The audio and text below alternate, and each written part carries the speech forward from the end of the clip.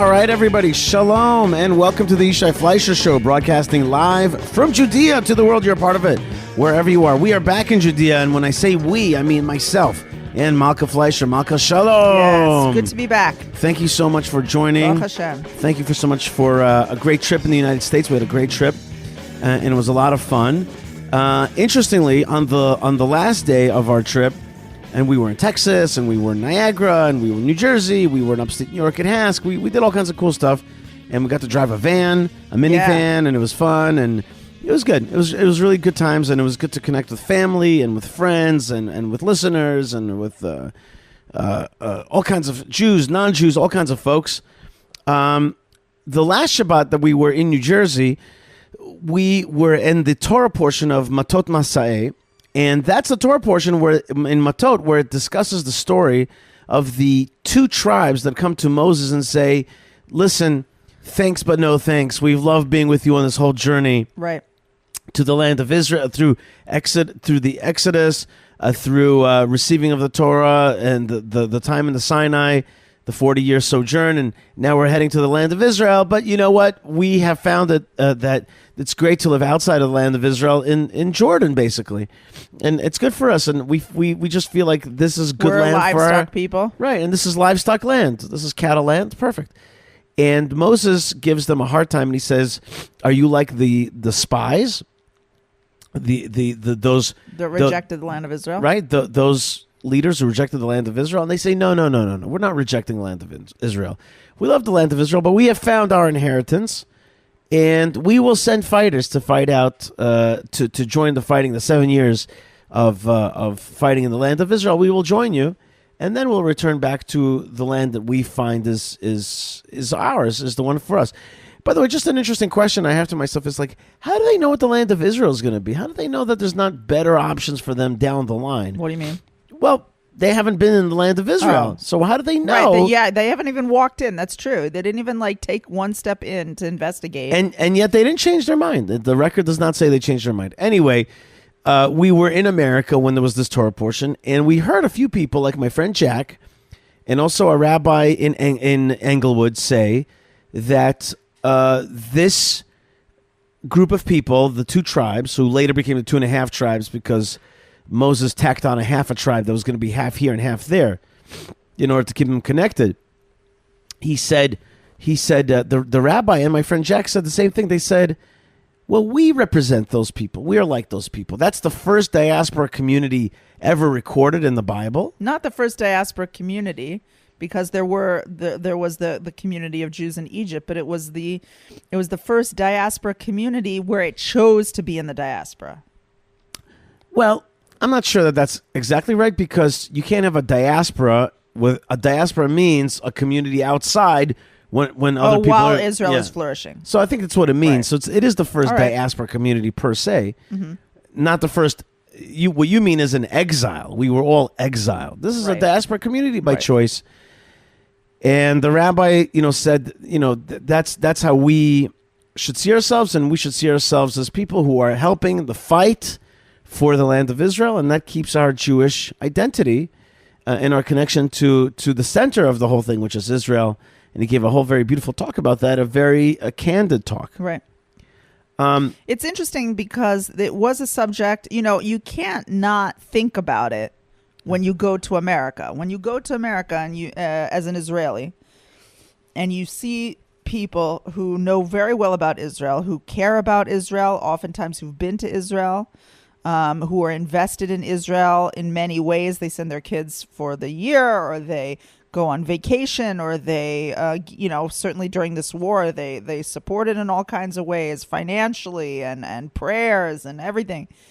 And then they are still not your neighbor, right? They choose not to come. Right, and they choose. They choose for many reasons. That's important to say. For many reasons. Oftentimes, it's family or making a living or mentality and challenges. Meaning to say, there are very justifiable reasons as well.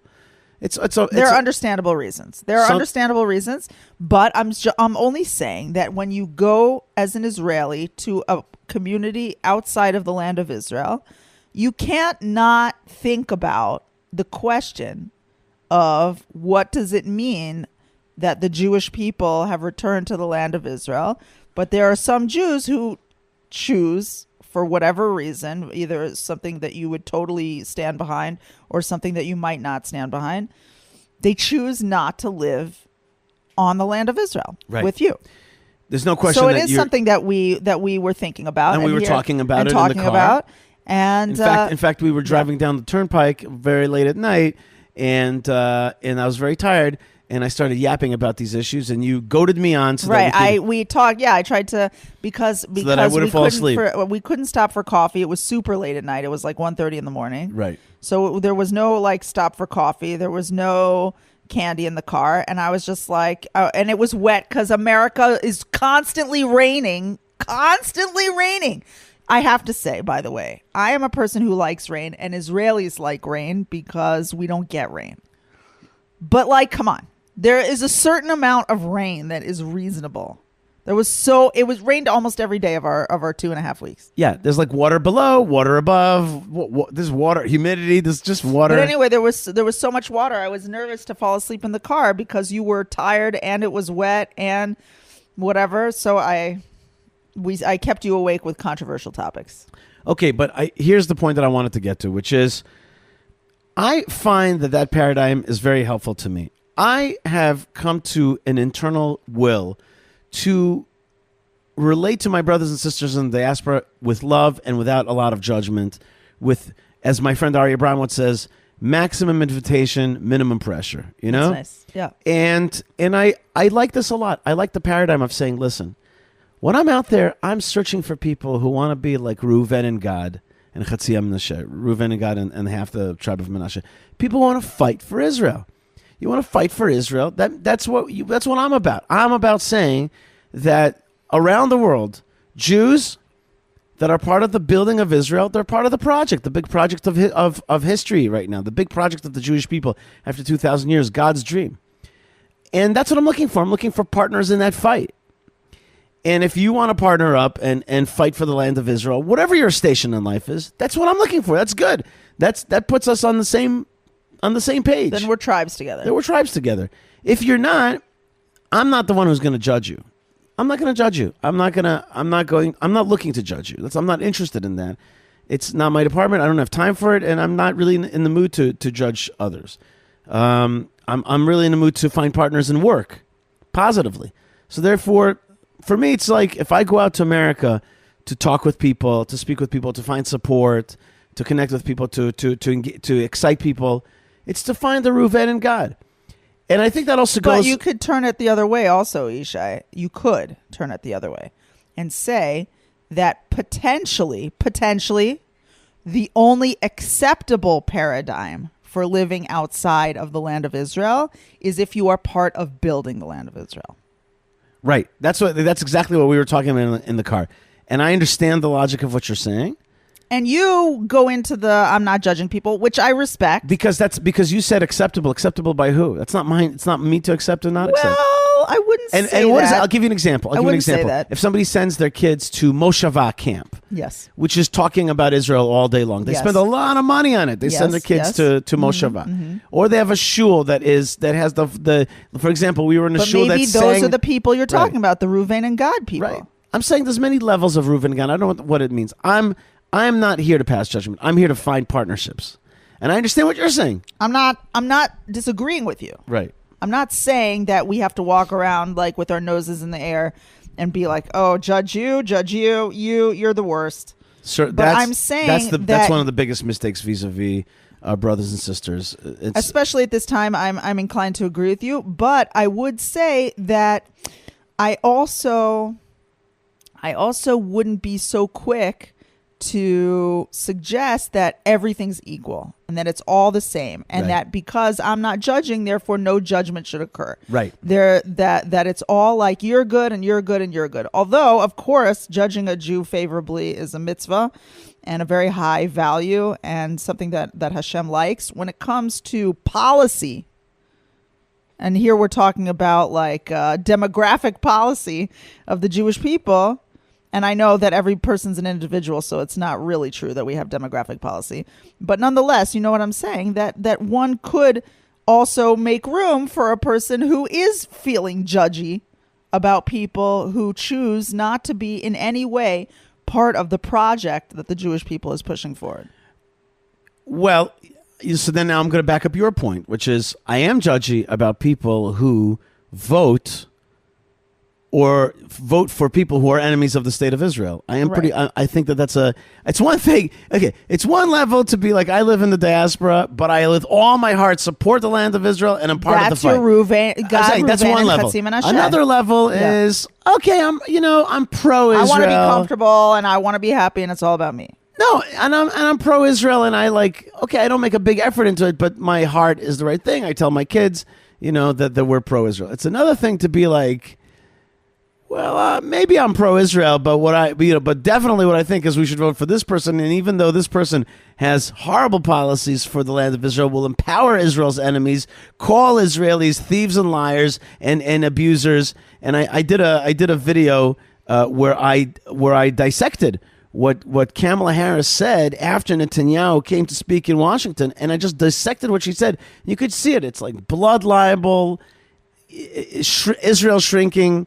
It's all about Israel shrinking. And if you're like part of that, then not only are you not on the... You did not take up swords for the Jewish people. You're taking swords for the other side. And I want to add to that, by the way, another thing, which is we've been talking about Jews, but I'm not now talking about grafted in and not grafted in, all that business. No, that's all. We don't do that. That's not our. That's not my lingo. Wrong show. Right? No, yeah.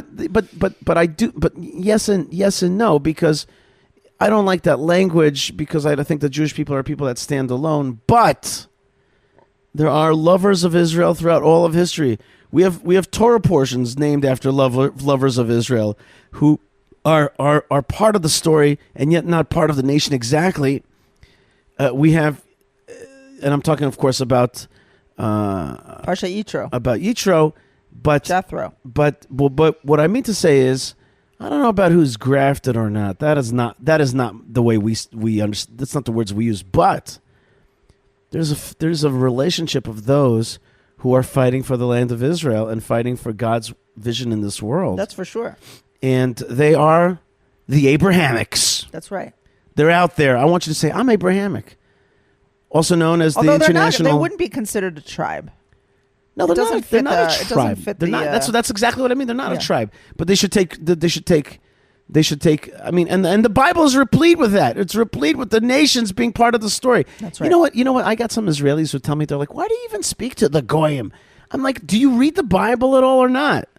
I'm glad you have this new version, this insular, xenophobic version of the Bible, and there's an element of that for sure. But don't exaggerate it. The nations are part of the story and part of the rebirth of Israel, and seems the God of Israel is the God of the world. And therefore, we have a certain responsibility and certain privileges associated with being Jews. But that doesn't make God like our property. God belongs to everybody. Very good, Malkah. And by the way, and therefore we're all part of the story. Meaning to say, like, you can be part of the story when you support the God of Israel, because the God of Israel is the God of the world. And you're a huge part of the story. And there's another way to visualize the Jewish people as actually the servants of the nations, right? The civil servants. That's when I talk about responsibilities. Right. We have huge responsibilities. Right. That's right. Speaking of godly people, we were at Camp HASC. Yes. Which caters to people with disabilities, handicaps, mental handicaps, developmental disabilities. That's right. Beautiful camp. And there we saw Rabbi Judah Mischel, and he's the executive director there. And so, firstly, I gave him a chiddush that he really liked, an innovation in Torah. You know, sometimes they say about places that are beautiful, like the Grand Canyon or something, they say it's God's country. Right. So then I'm like, yeah, of course it's God's country. It's Elohim country, as opposed to the land of Israel, which is the Yud Kei Vav Kei, the Tetragrammaton country.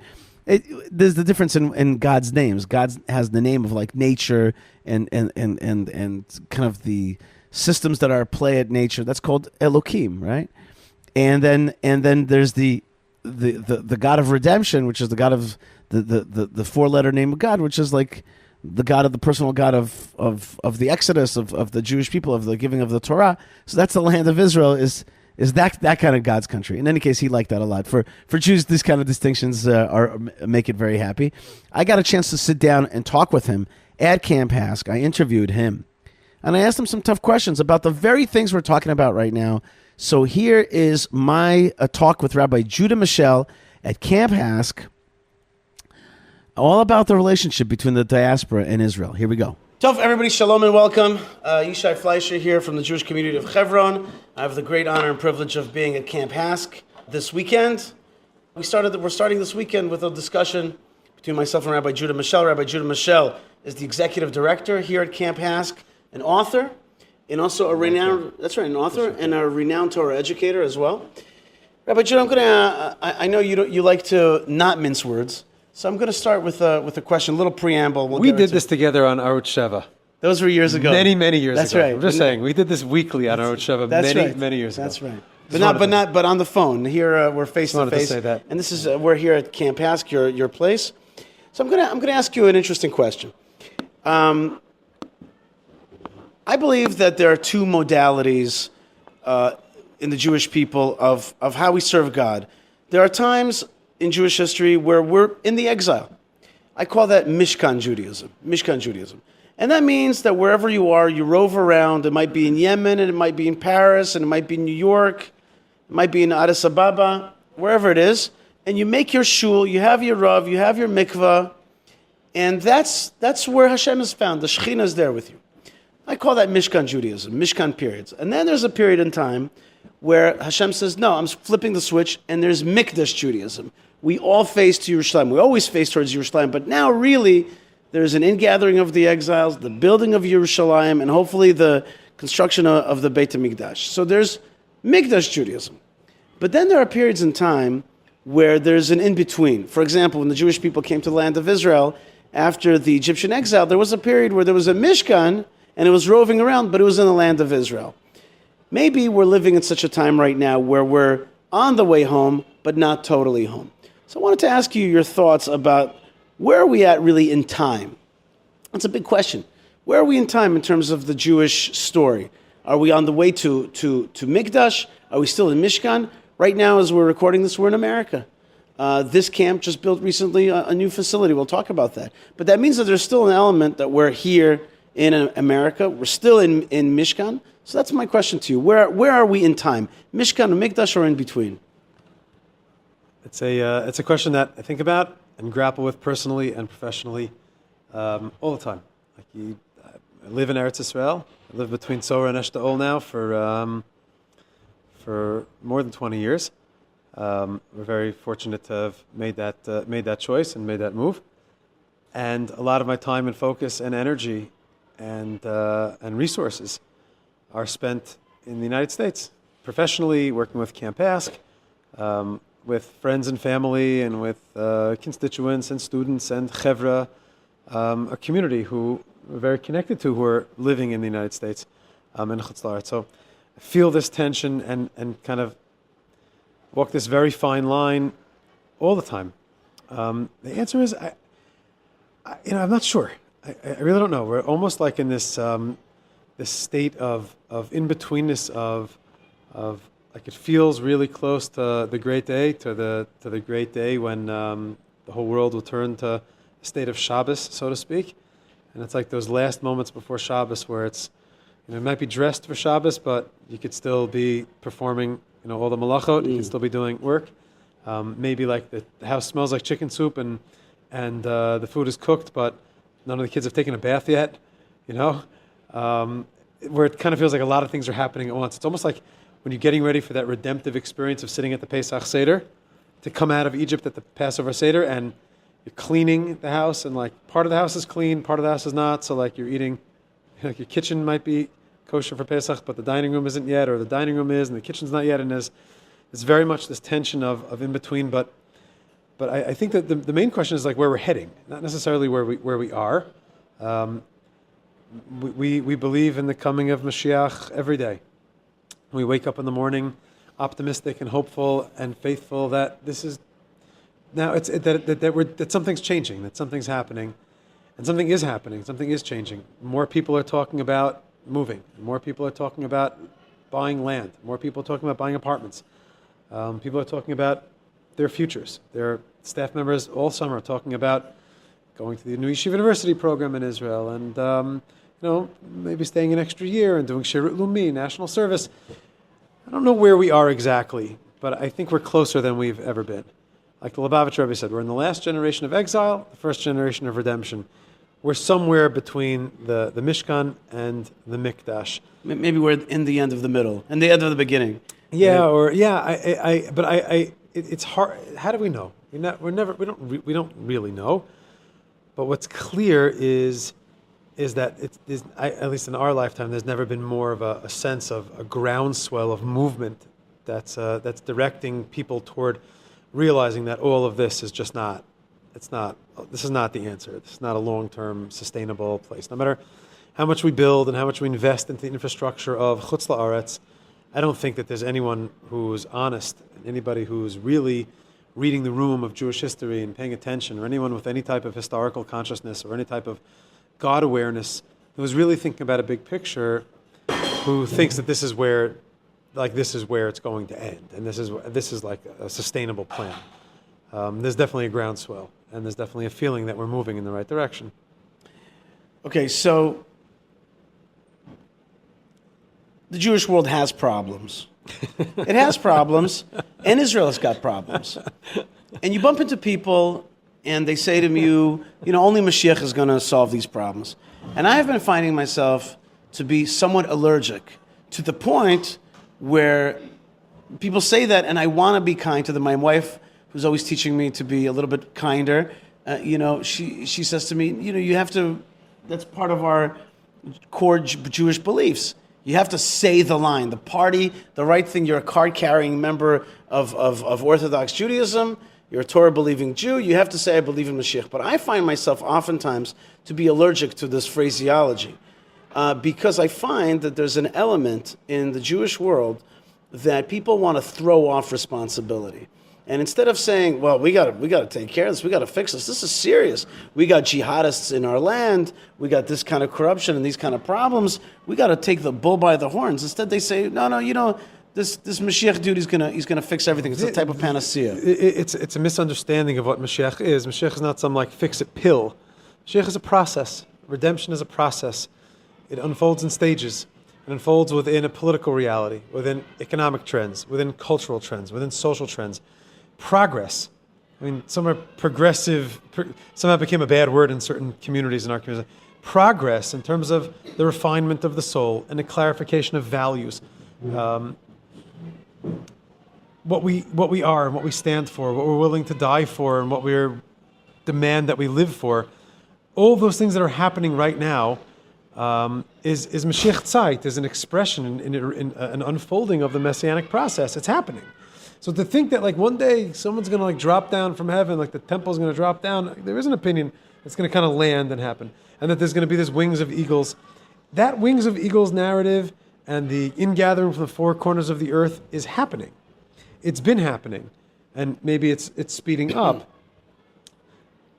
But we want to, like you said, I think the main word is achrayut, is responsibility, taking agency. We like to kind of hope and think that somebody else will do it for us and God will fix it.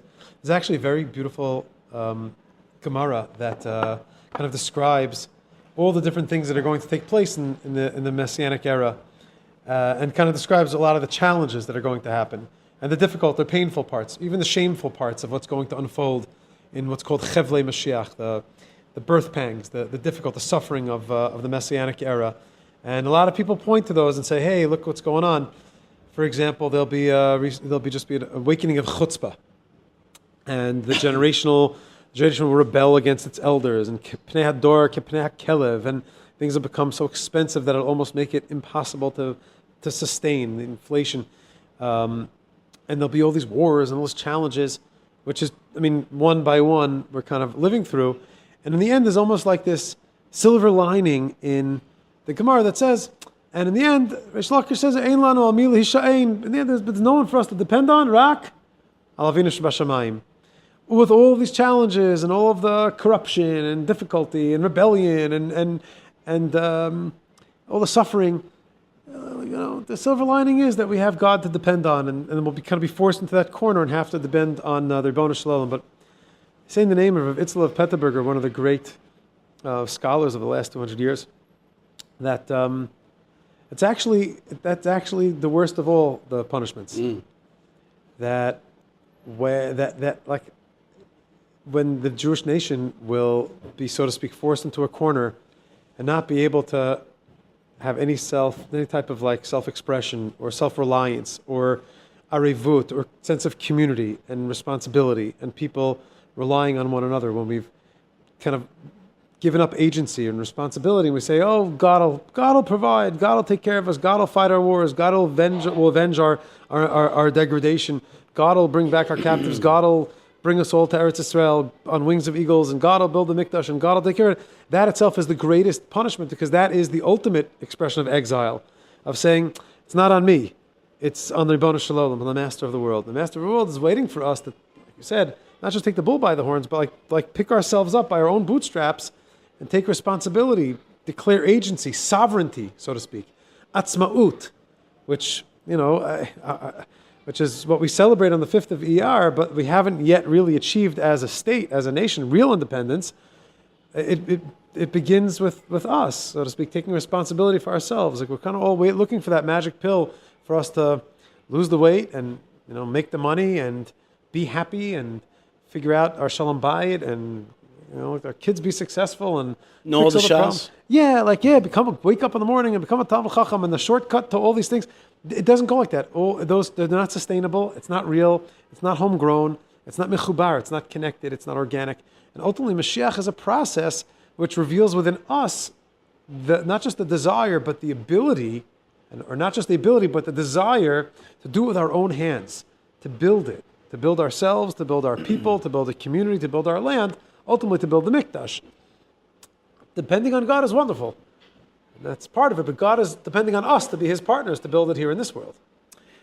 Okay, so I want to talk about pet peeve that I have, an issue that this is a big topic in my life. We know each other more than 30 years. It's a lot. It's a pet peeve.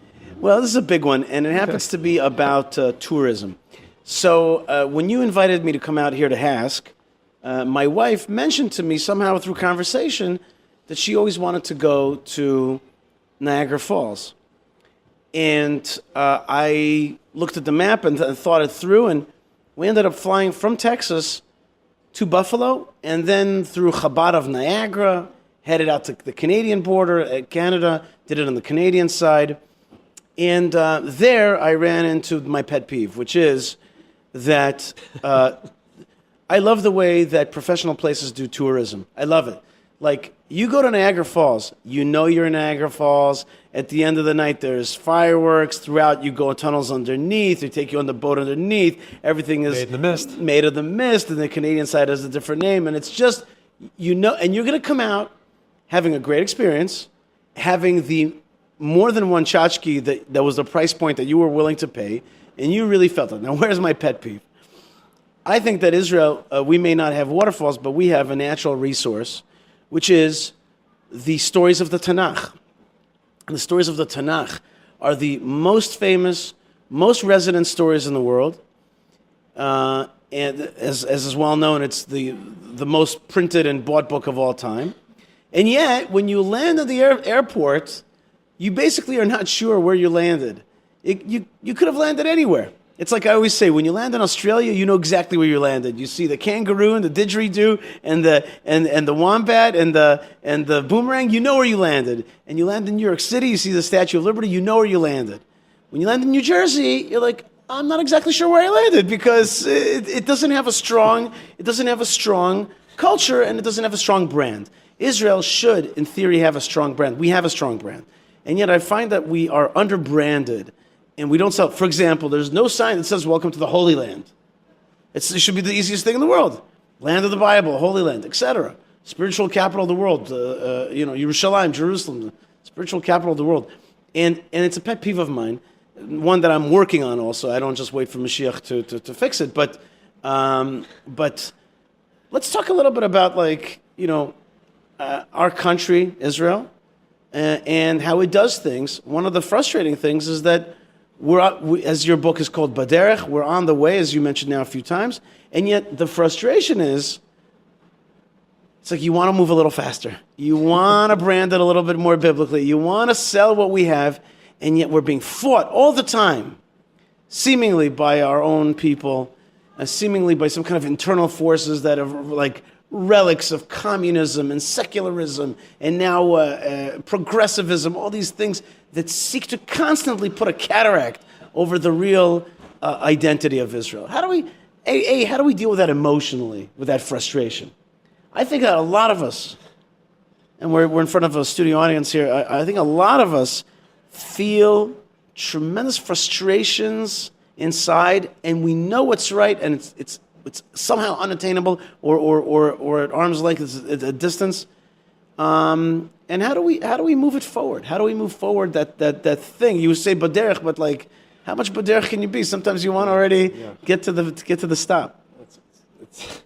This is something that I think that our wives should probably talk about, because I lack patience. But we're an Am HaNetzach, we're an eternal nation, and we ought not to fear a long path. How do we speed this up? I don't know. Yeah, but wait. But I want to challenge you on that. The long path is when the nations are against us or who knows what. But when it's our own, that's the frustration. So there's a developmental reality here also, in that we have been around for 3,000 some odd years, 4,000 plus years, right? Going back to Avram and Sarah. But the new reality that the Jewish people that we are currently existing in and trying to find ourselves in is actually pretty young. It's 3/4 of a century, which by national standards and historical standards is really very young. We're almost like a teenager, right? We came from 2,000 years of exile, 2,000 years of not being ourselves, 2,000 years of having to kind of like a gecko, kind of blend in or try to figure out how to survive from physical threats, from whether it was in Eastern Europe, pogroms, or it was in North African countries or Western countries, dealing with assimilation, dealing with enlightenment, dealing with pogroms, dealing with Chelnitsky, dealing with the Holocaust, dealing with this exile and that exile. Throughout all the generations, it kind of repeats itself, and that wears you down. It beats down a nation. And we've forgotten what it is to be Jews. We kind of became exiled Jews of a certain brand, without a Beit HaMikdash, without centralized leadership, without our culture and symbols, without self-reliance, without the ability to defend ourselves, without the ability to live with our Torah. I mean, the Torah was living as a handicapped Torah, a Torah with a physical disability almost, that couldn't use 1/3 of its mitzvot, or not activated.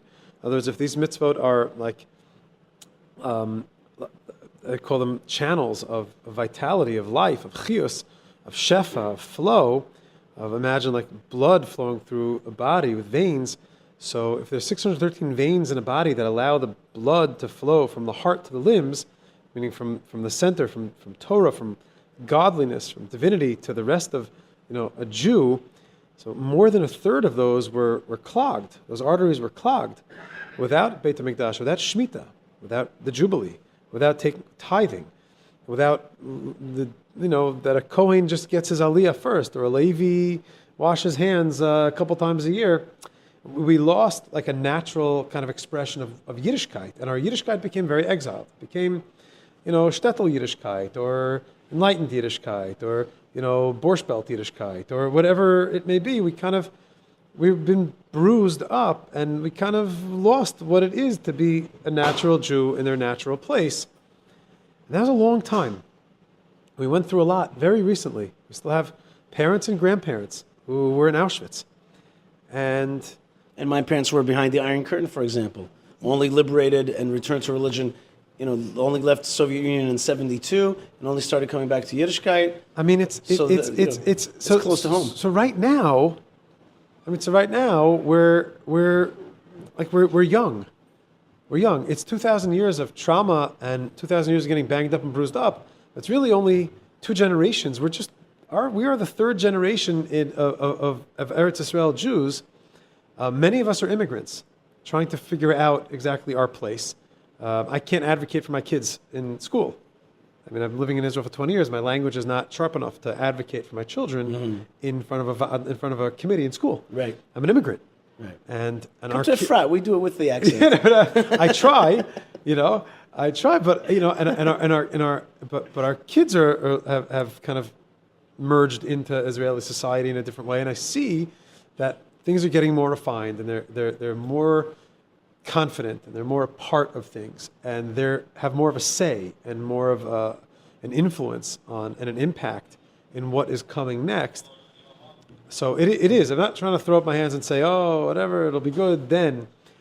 But it's happening. I mean, every time in the first Commonwealth, second Commonwealth, the first Beis HaMikdash, second Beis HaMikdash, the third generation is when things started to shift and unravel a little bit. Right. And that's kind of what we're up to right now. And it is frustrating, and it's exhausting, and it's really hard sometimes to deal with the internal tension and stress when you have people so deaf to some, I don't know, this Soros-funded progressive junta of this klipa holding on to this Supreme Court just choking us and not allowing just Yiddishkeit, simple Jewish life, prosecuting soldiers who killed bad guys on October 7th. Insane. Or trying to drive, so to speak, God language and Torah out of public spaces. I mean, you wonder, like, this is what we came back to Eretz Israel for? Yeah, this is what we came to Eretz Israel to fight for. They're still trying to recreate Paris and, New York and Vienna and this Commonwealth and this British parliamentary system that we've inherited in Eretz Israel, which is unnatural, it doesn't fit. And at the same time, many are trying to cut and paste the Yiddishkeit of the shtetl of Poland and Eastern Europe onto Eretz Israel, and also it's not working. It also doesn't work because it's the same reactionary, shallow Torah or Yiddishkeit, which is defensive, which is responsive or reactionary, as opposed to forward-thinking and vision and future and based on the actual book. It's when Torah has been relegated to being something theoretical. And now it's like we wake up and we're in Eretz Israel. We have to build a society and an economy and laws and an army and have borders and enemies and fight wars and live with Torah and all of that is very new. I mean, it's very natural, but like we're trying to unlearn all the fakery and all the superficiality and all the... And yet at the same time still carry some of the good things that we learned and assimilated, and I say that in a positive way, here in the diaspora. For example, driving culture.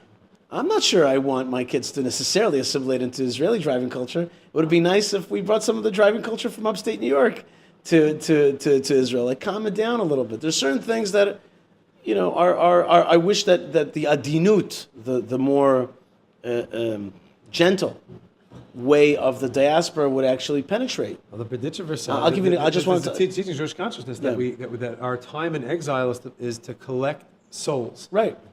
Collect souls that have converted and that have joined Klal Yisrael. And it doesn't just mean to build up our numbers, but it means to bring those positive spiritual and intellectual and influences in midot in human interaction, and that's we're all kind of figuring that out.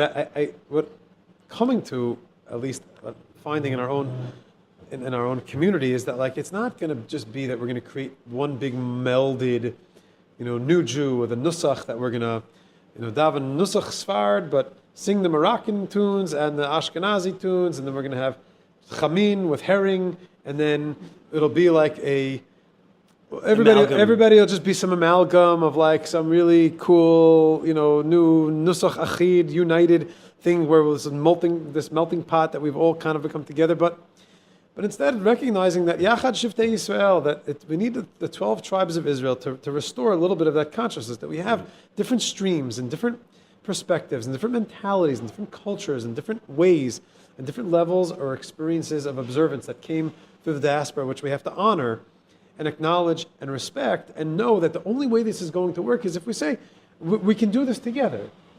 And building Mashiach and building the next era of Jewish history is going to have to be by honoring those and recognizing those, not being mechanech, like they say, lechanech them, to like change them and educate them, put them into, have everybody meld together into one thing that fits the way, the new Jew narrative. It's the opposite. It's recognizing and honoring that the diaspora, like the Rebbeinu Shalom, put us through this experience. We went through this experience in order to bring with it all that we've learned. Right. I don't like, for example, sometimes people say, pet peeves. I don't like it when people are like, I hate America, and Israel's my only home. I'm like, don't come with a hate of America. Don't do that. Slurpees. Yeah, exactly. I'm saying the lot to learn from 7-Eleven. There's many Slurpees. You ever go to a gas station in America? I stop at every gas. My pet peeve, the gas stations in Eretz Yisrael. I don't want to be like the Meraglim, but I stop over here at gas stations. We're in the car with me. I stop at even if I don't need a drink, to admire the beverage selection. That's right. The snacks, That's right. the amount of types of iterations of flavors of snacks. Even if I'm not, there's something to it. There are many drinks. There's something to it. No, there's something to it. Right. We can learn from this. The shefa, the expansiveness, the opportunity to hydrate. I don't know. There's something very, with all due respect to the yellow on, there's a lot to learn when it comes to, and I don't want to say this in a derogatory fashion, but the word materialism is not exactly, it comes off derogatory. It's not. There's a lot to learn from. And I think that one of the greatest sins that we have in the Jewish world is hubris and haughtiness. I think that is a sin that we are constantly victims of and fall for, and we really got to work on that. We got to be able to take those nitzotzot. Okay, let's go to just a tad of a controversial question. The question? I don't even know. Well, I guess the answer is baderech, right? That's your answer. Yeah, the answer is stay cool, get a cold drink at a good gas station, and don't make a little Malka Balacha pressure. Yellow is much better today than it was only 20, 30 years ago. Yeah. It's very true. Yeah. It happens to be true. The beverage selection has increased, but also it's ridiculous to spend 17 shekel on a snack. That's right. Doesn't make sense. That's right. That's right. It is ridiculous.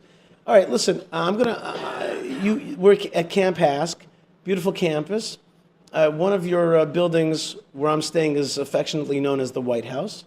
And I said that, look, this week Netanyahu stayed at the White House. And now I'm staying at the White House, okay? I hope that the Israeli press will be more kind to you and be more favorable. Actually, just so you know, the reports are coming out. He did not sleep at the White House. He slept at the Watergate. And that hotel was bugged. And I don't mean physically. With listening devices, but actually the pro-Hamas protesters put bugs, rats, stuff like that, and pulled the fire alarms in order to try to stop the arrest. But in any case, Prime Minister Netanyahu came to town. I hope that wonime happen in the White House here. No, yeah. And if it is, it's par for the course. Upstate New York, exactly. So Prime Minister Netanyahu was in town. He gave a speech.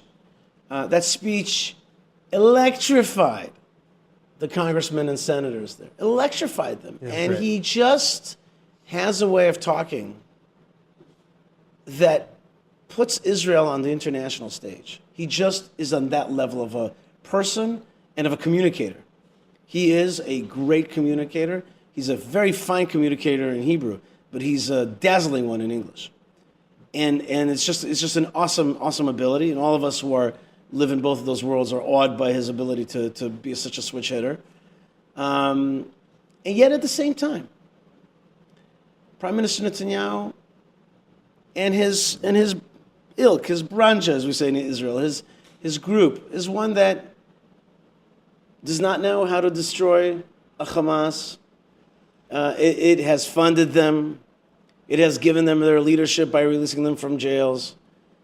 And is trying, on the one hand, to fight him, on the other hand, to keep talking about trying to make some kind of deal with him. And this is all just an example of the situation that Israel has found itself, surrounded by Iranian proxies in Lebanon, in Gaza, in Yemen, really in Iraq, maybe on the way to Jordan as well, Iran working on the bomb, and with Israeli Arabs tending towards Palestinianism, i.e. jihadism, and so-called Palestinians all the way towards Hamasism, and our bus drivers in Israel being folks that hate us.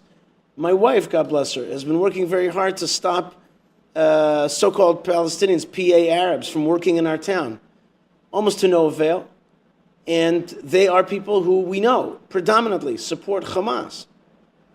We live in a country where we have haters in our land. We see them daily, and they give us looks day in, day out, how much they hate us. I mean, really. So I'm asking, my question is, and you can take it any way you want, because the question is about leadership. On the one hand, dazzling. On the other hand, get real. Deeply disappointed. Meaning, Bibi, he's great. Bibi spoke great. Senator Netanyahu is great. I vote for him in a second. He's the best. I was deeply disappointed in a couple of things that Netanyahu said. Not surprised. Not surprised. Then again, we aspire to be people who live with the question of not like what do I want or what does the government of the world want, what does the international court want, or what does Biden want or Trump want, but what's on HaShem? What does God want from me? And for that we have direction, we have historical consciousness, we have a Torah, we have a Tanakh, we have mitzvot, we have commandments. And I try aspirationally to live through the prism of those commandments and those Torah values. I don't know that Netanyahu, as a leader, sees that as a metric that fuels and that drives his policy or consciousness. There is nothing to be proud about, in my estimation, for sending half a billion tons or million tons of aid to terrorists in the middle of war. It's a busha, it's an embarrassment, it's weakness. I think that's why there are still hostages in Gaza, because we haven't really fought a war. And our kids are there, our families are there, burying soldiers. Families are being torn apart, and we're fighting a war with a hand tied behind our back, and begging the nations of the world to pat us on the back and give us a star on our Pishy chart because we're giving food to terrorists. It's not the way you fight a war. It's not the way wars are fought in Torah. It's not the way wars are fought historically. It's not the way wars are won historically. Netanyahu announces before the entire world, we're not going to resettle this land. We're going to give it over to some type of something, I don't know, more jihadis, more Arabs, like the 15% who don't want to rape and kill every Jew. I don't know. Or some United Nations, something or other, I don't know what he didn't say exactly. But no, we're in the Middle East. We're not in a textbook in West Point. And even in West Point, the military strategy is saying that's not how you fight wars. This is why war lasts 9 months, 10 months, 11 months, and schleps on and without any real direction in the end. Wars are brutal. Wars are costly. Wars are terrible. And in Torah, wars are bloody and decisive. And Jewish consciousness and biblical consciousness doesn't glorify war, but it doesn't apologize for war either. We defend ourselves, and we even engage in conquest. This is not about colonialization. This is not about expansion for the sake of wealth or for power. But he's speaking a wonderful English and espousing wonderful Christian technocratic Western values, not Jewish values. This is not the way Jews fight. And not Middle East values. No, it's not the way in the Middle East. Right, you're in a neighborhood that doesn't respect somebody who gets up and talks about we want peace. No, we want to live here, and we want you not to live here. That's right. We want to live, and if you have a problem with that, then we want you to die. That's the way it works. I mean, that's the way it's always worked. That's the way America fights wars. That's the way the region works. Any war that has ever been won in the history of the world has been fought by good guys and bad guys fighting it out until one person surrenders, the other guy takes his land. That's the way it goes. That's the way it works. And that's what you die for. And certainly people who are vowed to hate, they hate you, they want to destroy you. You cannot have them remain on your borders. We're going to do this again. Right. And we're going to do this again and again and again. And no matter what you do, no matter how many of us are going to kill, we're still going to come and do everything we can to rape and kill and do everything we can to destroy your way of life. America too. First they come for the Saturday people, then they come for the Sunday people. It's the same war for them. Jihad is jihad. And we don't respect them. And I think it's disrespectful, and I believe that it's weakness and it's a disgrace to the honor of God in the world and to the honor of the Jewish nation in the world. And I think it's also embarrassing. It's really not. I don't know. It's not very progressive. I trust the Arabs. I respect Arabs. I respect Muslims. I think they should be treated and taken by their word and respected for their religious beliefs. Not like this whitewashing that goes on in the West of like, no, we're going to do peace, we're going to have an agreement, we're going to give them some land. And they say, well, yeah, we're going to take that land, then we're going to kill you. We're going to rape your women, we're going to kill your children, we're going to try to take your old people into our tunnels, and then we're going to say, oh, we want to make peace, and then we're going to do it again. I trust them. I believe them. I think that it's disrespectful and inappropriate. I think it's an embarrassment for a leadership to not have a sense of that. Shlomo Carlebach once said, that the United Nations, everybody yells and screams about the Jewish nation and condemns us all the time. If one time a Yid would come to the United Nations and open up a Torah, Tanakh, and read the first pasuk in Torah, Bereshit bara Elohim. God, friends, this is the Bible. Comes with a beard, kippah, who looks like a Jew, he's not embarrassed of being a Jew, but comes and will put down a Tanakh on the table and read the first pasuk in Torah. Say, God created the world. And read the first Rashi, Koch Masaf Yigal Amo. That the world begins, the Torah begins with God creating heaven and earth. Because Hashem is saying, this is my world. I have a plan for this world. I have a place for everyone, and I have a plan, and there's a method to this craziness. And part of that is that the Jewish nation belongs in the land of Israel, and I've promised this to the nation of Israel. And the way for the world to reach its potential is by Am Yisrael being naturally in its land, and then for the good of the nations of the world, as an outward-facing, loving state, a state that can be and ought to be and will be one day a real light unto the nations by being who we really are, living our values, not pretending to be something that we're not trying to be like some shtetl that was, or some Kremlin that was, or some parliament that was, but to be Jews, am chofshi ba'artzeinu, free. It's a freedom to be free, to live our faith and to express our values, to say this is what we are, without fear, without embarrassment. Netanyahu did a great job up there. Wait, what's the end of the story? Shlomo Carlebach. And he said, imagine if a Yid got up there and slammed on the table and said, this is our Torah, right. God gave us the Torah, and we're here to stay, people. Right. And get with the program. So the nations would accept it. Nations would say, okay, Beseder, but we don't. We apologize, and we say, we'll share it, we'll do it your way, you can have here, you can do this. And we're just embarrassed. Because we're damaged, we're abused. We've come out of 2,000 years.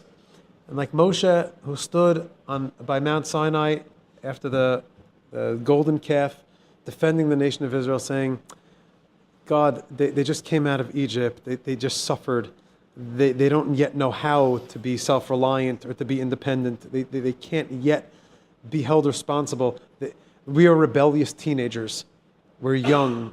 This is 3/4 of a century. At some point, though, you can't use that excuse. Like at some point, you got to get out tell of your kid, you pick yourself up out of bed, get a job, get it together. You can't live in your parents' basement forever. Yeah, and be so like, that's I'm what 40. Come on, I'm still young. But that's what we're up to. Yeah. And we started getting into that a little bit before October 7th with the judicial reform, and then we kind of backed off because we got nervous because you get to the goal line stand.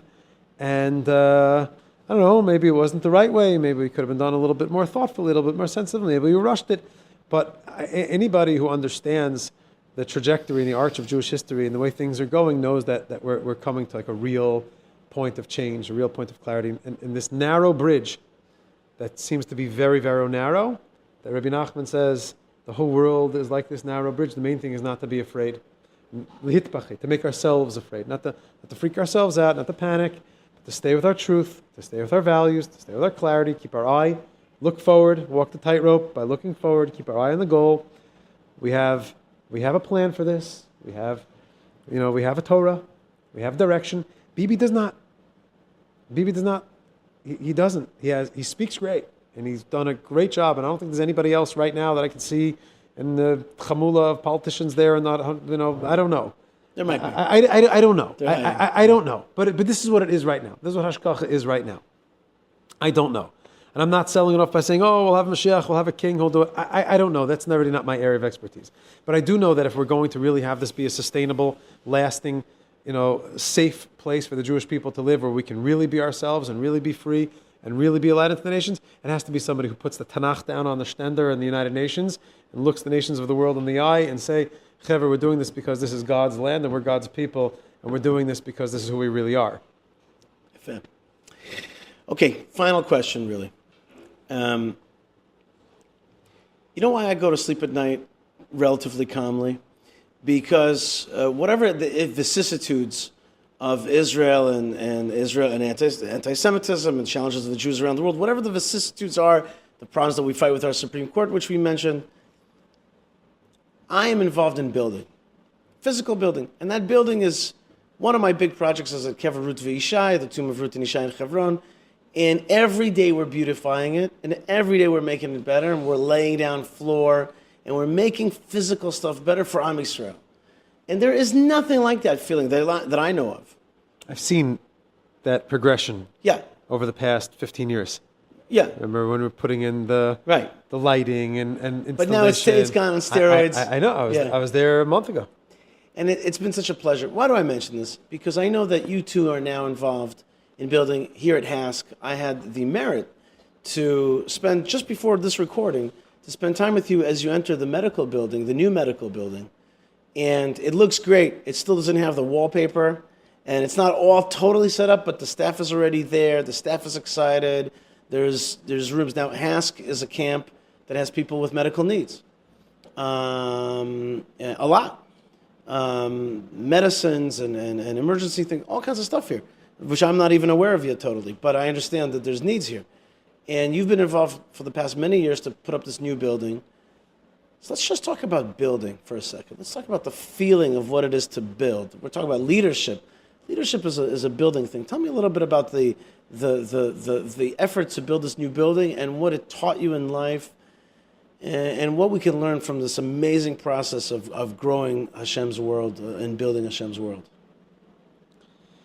So the purpose of creation is to build. The purpose of creation is to develop, is to cultivate. La'avda u'l'shamra. To build, to cultivate, to move forward, and to protect that. Now, in Camp HASC, it's a camp that's been a program that's been around for more than half a century that provides services for individuals with developmental disabilities, specialized needs, physical handicap, like you mentioned, to provide them and their families with support and a summer of respite, provide for their medical needs, their spiritual needs, their intellectual needs. We have a school here with a couple dozen classrooms, with special ed teachers. We have a therapy center that provides them with occupational therapy and speech therapy. And we're addressing the entirety of the individual and doing everything possible to help, to strengthen, to build that individual, to build those families. Because building is not just a physical experience. It's not what's just it called, though? It's called the Hebrew Academy for Special Children, HASC, Camp HASC. No, the new building. The Beit Refuah. It's not a Beit Cholim. It's not a hospital. Certainly not an infirmary. Right. But we're The calling it. Lavsher Rebbe did not like those names. Because that kind of labels it as a place of illness or infrailty or what's wrong. A Beit Refuah means it's a place of health, of healing. And aspirationally, that's what intended to be, that a person should come to a place and get better. refuah. And get better, be healed. Now, all of that is a metaphor for the nation, for the individual, because building takes place not just physically. You need to have electric, you need to have, the foundations. I mean, before anything was built here, it took a tremendous amount of resources and time just to plan it out, to sit down and have architects and engineers and the Environmental Protection Agency, and to get rid of the old buildings, to tear them down, and to build and to rip up what was underneath, and then reroute septic and drainage and electric and upgrade the power. That cost a tremendous amount of money and took months and months and months longer than we thought it would be. And then there was plans for this building to be built somewhere else, and then those plans were redrawn and redrawn again. And then the computerized and the 3D, and then it was designed, and then what's in that building. It was a tremendous amount. Even just as you say these words, I get so excited about it. There's building nothing, is exciting. Building is a knock.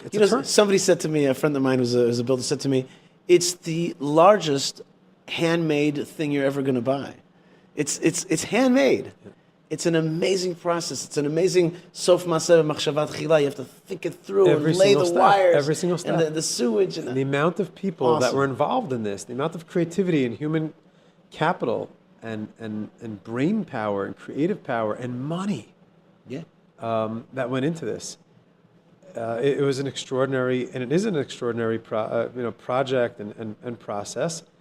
And it's a metaphor also for binyan of a person or of a state or of a nation or of a land is that there's a physical side to it that requires a tremendous investment, but there's also, remember what the purpose is. Remember what the goal of it is. I mean, before we even began, it was, what do we need? What has to happen there? What's the goal of this place? What do we intend for this place to look like and to be at the end? What services do we want to provide? What feeling do you want people to have there? We want that a parent or the child with special needs should see it and feel confident that the child is going to be taken care of responsibly, professionally, with love, which is what happens here. We have incredible professionals. Right. Because there's an incredible soul power here. And now the buildings are hopefully, like the guf is going to match the neshama. The external is going to match the internal movement over here. We can also get lost in that physical building also and get very caught up in it, in the kavod of it, and the presentation of it, and the experience of like having something and building something can almost become, it's not an end in and of itself, which it's not. Right. And that's why it's important to always remember that there's a spiritual side of building and there's a physical side of building. And it's true with people, and it's true with the state, and it's true with the land. But it is very satisfying. I'll also mention to you very honestly, there's a very ambivalent feeling also. A tremendous amount of time, effort, capital, and resources that went into building something in upstate New York. And I don't see that there's a future for the Jewish people in upstate New York. There is a statement in the sages that say that a building where Jews daven and learn in, Beit Knesset, Beit Medrash, that's built al Tanai on the condition that it's, with intentionality, then when Mashiach comes, it'll go to Eretz Israel. So when I spoke with my teacher, and I thought about this a lot, I had a Beit Refuah that's built with that Tanai, with that condition, for the purpose of honoring God in the world and serving the Jewish people. Also will have that. And we even actually wrote down with a couple of the major donors in the beginning, we actually wrote a contract outside of Maras Machpelah. Right there in the Stay Machpelah, we sat on a bench after we came out of the home of the Liebmans, Elia Liebman's home, and we went there to daven, and we sat down and wrote up a little star that the Tanai is that when Mashiach comes, we'll bring this to Beit Shemesh, where I live. It'll be a maternity center. I'm going to be the administrator. I won't have a job when Mashiach comes also, if everyone's bouncing out of New York. I don't think it's some magic pill that you're not going to have to work. So, I did take that liberty.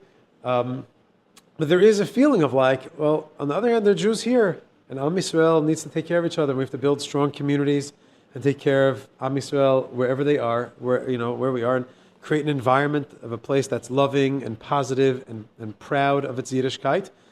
And the staff here in Camp HASC are of the best and brightest in the Jewish community. Motivated, dedicated, hardworking, with a sense of real sacrifice, real purpose, real mission-driven. The head staff here are leaders in the community, are educators, are role models. The women and men are people who live Torah, embody Torah, the best of Yiddishkeit. Many live in Eretz Israel. Many are hoping to live in Eretz Israel. Everyone here is united by a sense of purpose and mission, with a I'd say an Eretz Israel consciousness, with a Am Yisrael consciousness, with as opposed to, like you said in the beginning, kind of focusing on their own little personal growth in Dalet Amot. No one here is stuck in that exile. Everyone here is living with a geuladik, redeemed way of seeing a tzibur, a klal, the collective. So spending a summer up here in service, taking care of individuals with specialized needs, in the bunks, bathing and clothing and feeding, it's godly work, it's holy work, and it's work which also kind of prepares us or engages us in the work of building the nation of Israel. And building an individual and building the nation is the next step toward building the state. And any ambivalent feeling of or hesitation of pumping resources and money here is tempered by the fact that we work to try to get from the government of the United States. And they're not giving the money to give us the bombs that we need to really wipe out the bad guys that are above and underground. So at least let them give money over here from the assembly and the state and the federation. And they do. Because they see the work here is how significant it is, how meaningful it is, building up the fabric of this society. That's what a nonprofit is all about. That's what a non-governmental organization is. That's why it's tax exempt, is that we're doing the job that a government can't do, which is to provide for the soul of the community, so to speak, by providing for those who are most vulnerable. So we are getting, government funding for a lot of the projects here, and the Jewish community is contributing toward this incubation of Jewish leadership and the training of Jewish leadership that takes place in Camp HASC, all toward ultimately the goal of Binyan Ha'am V'Ha'aretz, Because I believe that that's where ultimately everyone who is a part of this is going to end up. It's inevitable. It's just inevitable. And Be'ezrat Hashem, it's going to happen very, very soon. Amen. Olam Chesed Yibaneh, the world is built through kindness, and this is certainly building up the world. And you're also building up the next generation of Jewish leaders and Jewish nation that cares for itself and for others, for the Chesed.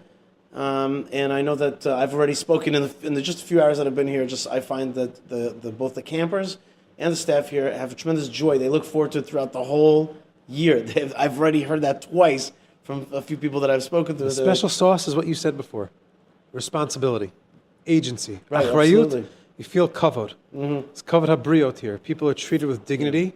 They're seen as a soul, as someone who matters, as a person who matters in the world, regardless of their level of ability or disability or whatever it may be.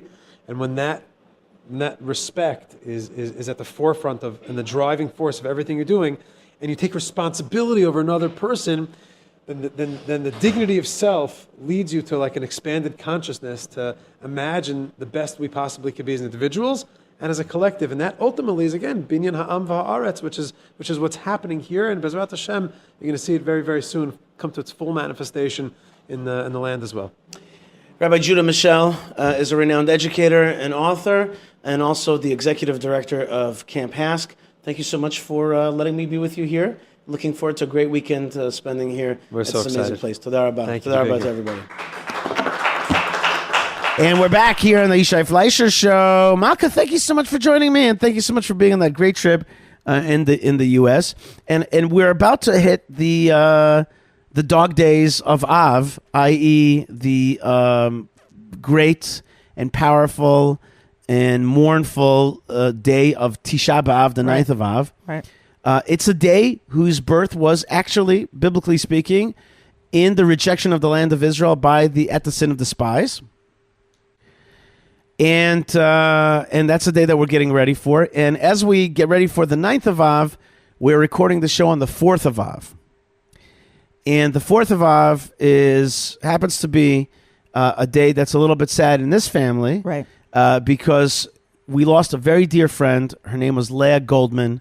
I knew her as Lisa Height back in the United States in high school, and she became a fabulous Zionist and Olah, came to the land of Israel and gave birth to fabulous children, was married to our dear friend Shmuel Goldman, and then sadly contracted the machala, the disease, and was lost to us. And she was an inspiration, a friend, a smart person, a person with unbounded energy, and shared a passion with us, right, to develop the land of Israel. She was passionate about Aliyah and developing the Golan, and that people should be involved in developing the Golan, but also to make the Golan nice for everyone. Yeah.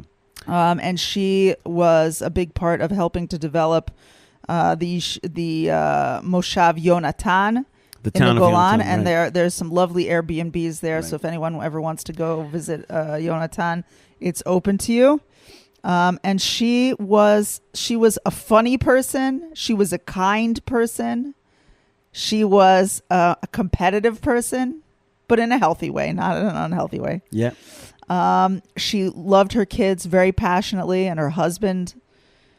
And she was a doer.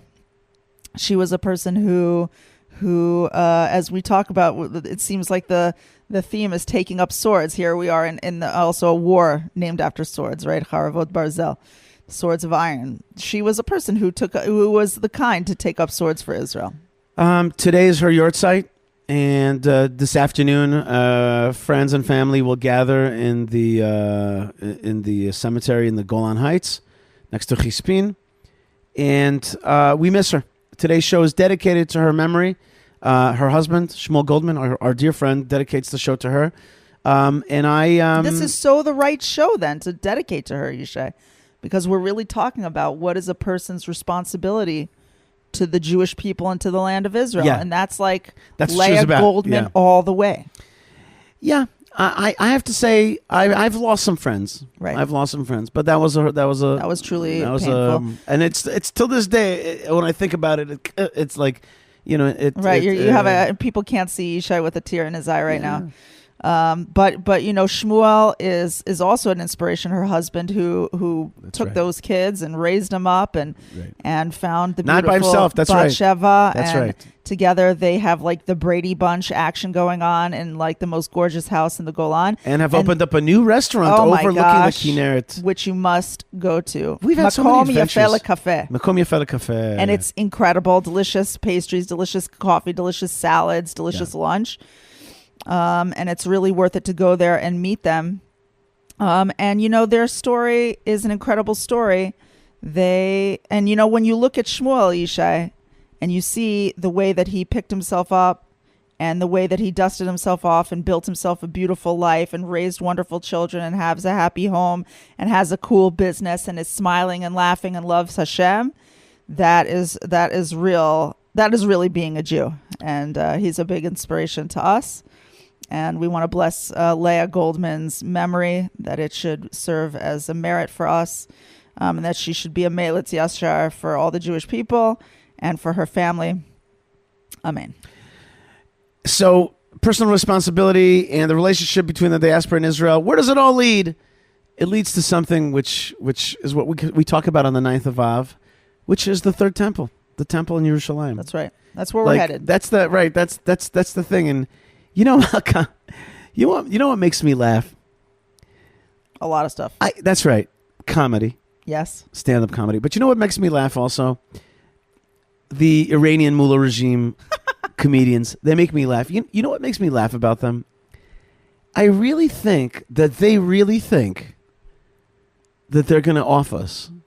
Like, I think that they're like, oh, Israel, look at them. They're just eating each other apart. They're about to be destroyed. Right. And I'm just like, you are so dumb. Right. You do not get know us who you're dealing with. You do not know who you're dealing with. You clearly haven't read history in any normal way, except for some madrasa teaching you some like lame version of what the Jewish people are. It's like, bro, it ain't gonna work.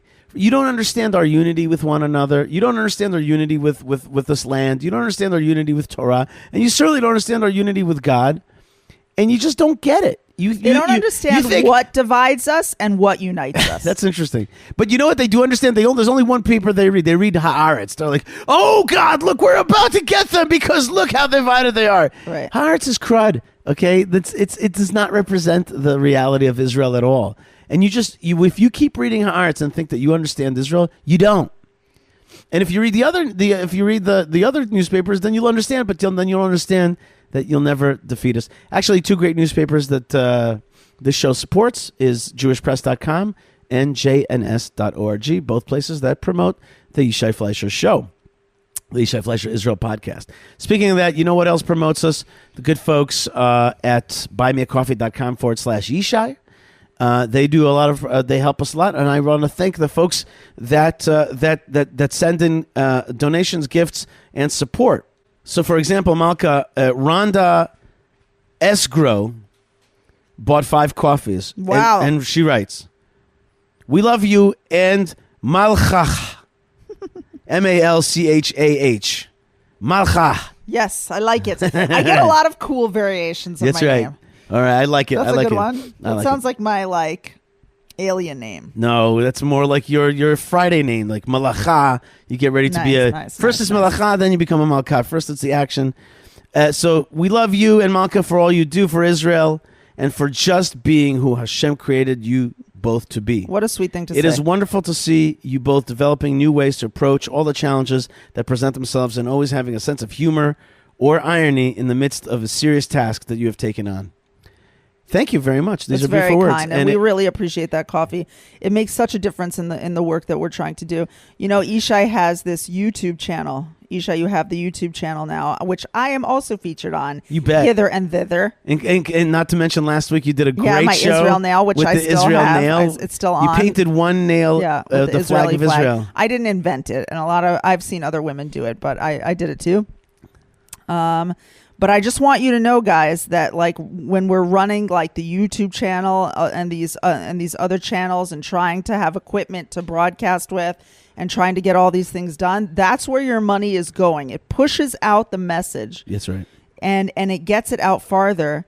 And it gets videos edited and it gets things uploaded, and it just, this is the difference between a message that gets lost in the dark and a message that gets heard. And, you know, even today, Yishai, somebody came up to me. I was in the local Makolet. Mm-hmm. A Makolet, by the way, for those of you trying to learn Hebrew, is like a little grocery store. It's like a mom and pop shop, you know? So I was at a little Makolet here in Judea, and somebody came up to me and they're like, I just want you to know that I've been seeing Yishai's YouTube, and I've been seeing you on the YouTube, and I've been seeing him and seeing your videos, and finally someone is telling the truth in a clear way, and it's so important, and keep going. You know how old that person was? Like 17 years old. Nice. Like 17 years old. That's awesome. And I was so gratified by that. That's awesome. I was just like, yes. Like, first of all, that this kid got to see a pro-Israel message in a sea of anti-Israel bullying messages that are out there all over the place. True. And that I could give this kid who, you know, every day is wondering whether Iran is going to shoot long-range ballistic missiles at him, give him a feeling of strength for 60 seconds. That is no small thing. So I really want to thank you so much for your donation, and to thank everybody who's giving donations. These are real. This is real. This is a real part of the fight. That's right. And I want to thank Krista, who is a big supporter, and also Victor, who writes, "Keep fighting the fight," and a little heart and a little thank you hand sign. Oh, little hands. That's right. Thank you, Victor. Victory is where we're headed. That's right. Victor for victory. Yeah. I like that. And Krista, our longtime friend and supporter. Yeah, Victor Netzach. That's I like that. Okay. Speaking of what you just said, which is, how did you call it? The messages of bullying out there? Yeah. Well, one dude chose to really bully us right now. Yeah, which and one? And that is this dude. I got a list here. What's your list? Well, I want to tell you about my list. I have two lists, okay? Well, two people on the list right now. Because I was going to talk about John Oliver, so I'll wait. Okay, yours is just a person. Mine is countries. Okay. Okay? Okay. I want to complain. Okay. Okay? In public about two groups of people. You got a stink list? Yeah. Here I am complaining. You ready? Go ahead, go. Okay. The first complaint I want to make is this about, now officially on record. Countries who are not standing with us. Right. Or at the moment. Or something is not right and that needs to be fixed. Yeah. Go. Let's start with Japan. Yeah. Japan had a 79th anniversary ceremony marking the bombing of Nagasaki. They invited diplomats from around the world. They've done this ceremony before. Israel was not invited this year. You know who was invited? A representative of the Palestinian Authority was invited. But Israel was not invited. And they're like, we just want it to be like a peaceful, apolitical event. That's why. So you invite the jihadis. Right. Which I don't believe. You know, look, the Jews are a lot of things. We're stubborn. We could be a little bit self-centered sometimes. We can be clueless, forget, history, lose direction. We're not stupid, though. That you cannot put on the list. If you're going to look us in the eyeballs and go, we want this to be a peaceful event, so like only you guys are not invited to the birthday party, that just does not work. That does not work. Interestingly, though, a strongly worded letter was written by Australia, Italy, Canada, the EU, the US, Britain, and Germany, chastising them for not inviting Israel. And representatives from the US, they were going to send like the ambassadors of the US and Britain. I guess ambassadors of all these countries go. Sure. But the US and Britain are not sending their ambassadors. They're going to send lower personnel, janitorial staff, right, or whatever. They're not. I can't believe I'm getting to fly to Japan. This is great. I never thought that I would get this opportunity given my post here, but if you need me, I'm here for you. Do I need to bring a broom or what? Yeah. Anyway, so that's rude. But I was weirded out also that the U.S. and England would stand behind us on this. I don't know. I can't really understand it. And then this one also made me sad. So Israel has done fairly well for itself at the Paris Olympics, won several medals. And there's more events that Israel is going to be participating in that it stands to possibly win some medals in. Every day there is a place called the Medal Park. Medal, like Olympic medals.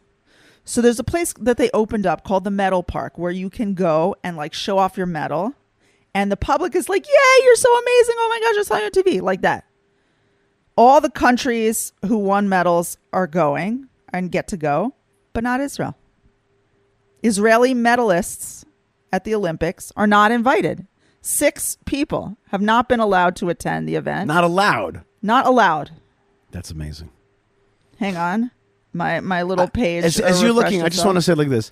Yeah. All of you who stand with Israel, for example, our friend Ann in Texas is hosting at her beautiful house 6 Israeli soldiers with PTSD right now. Those people who are blessing Israel at this time, those Parisians of you know what the Parisians are saying?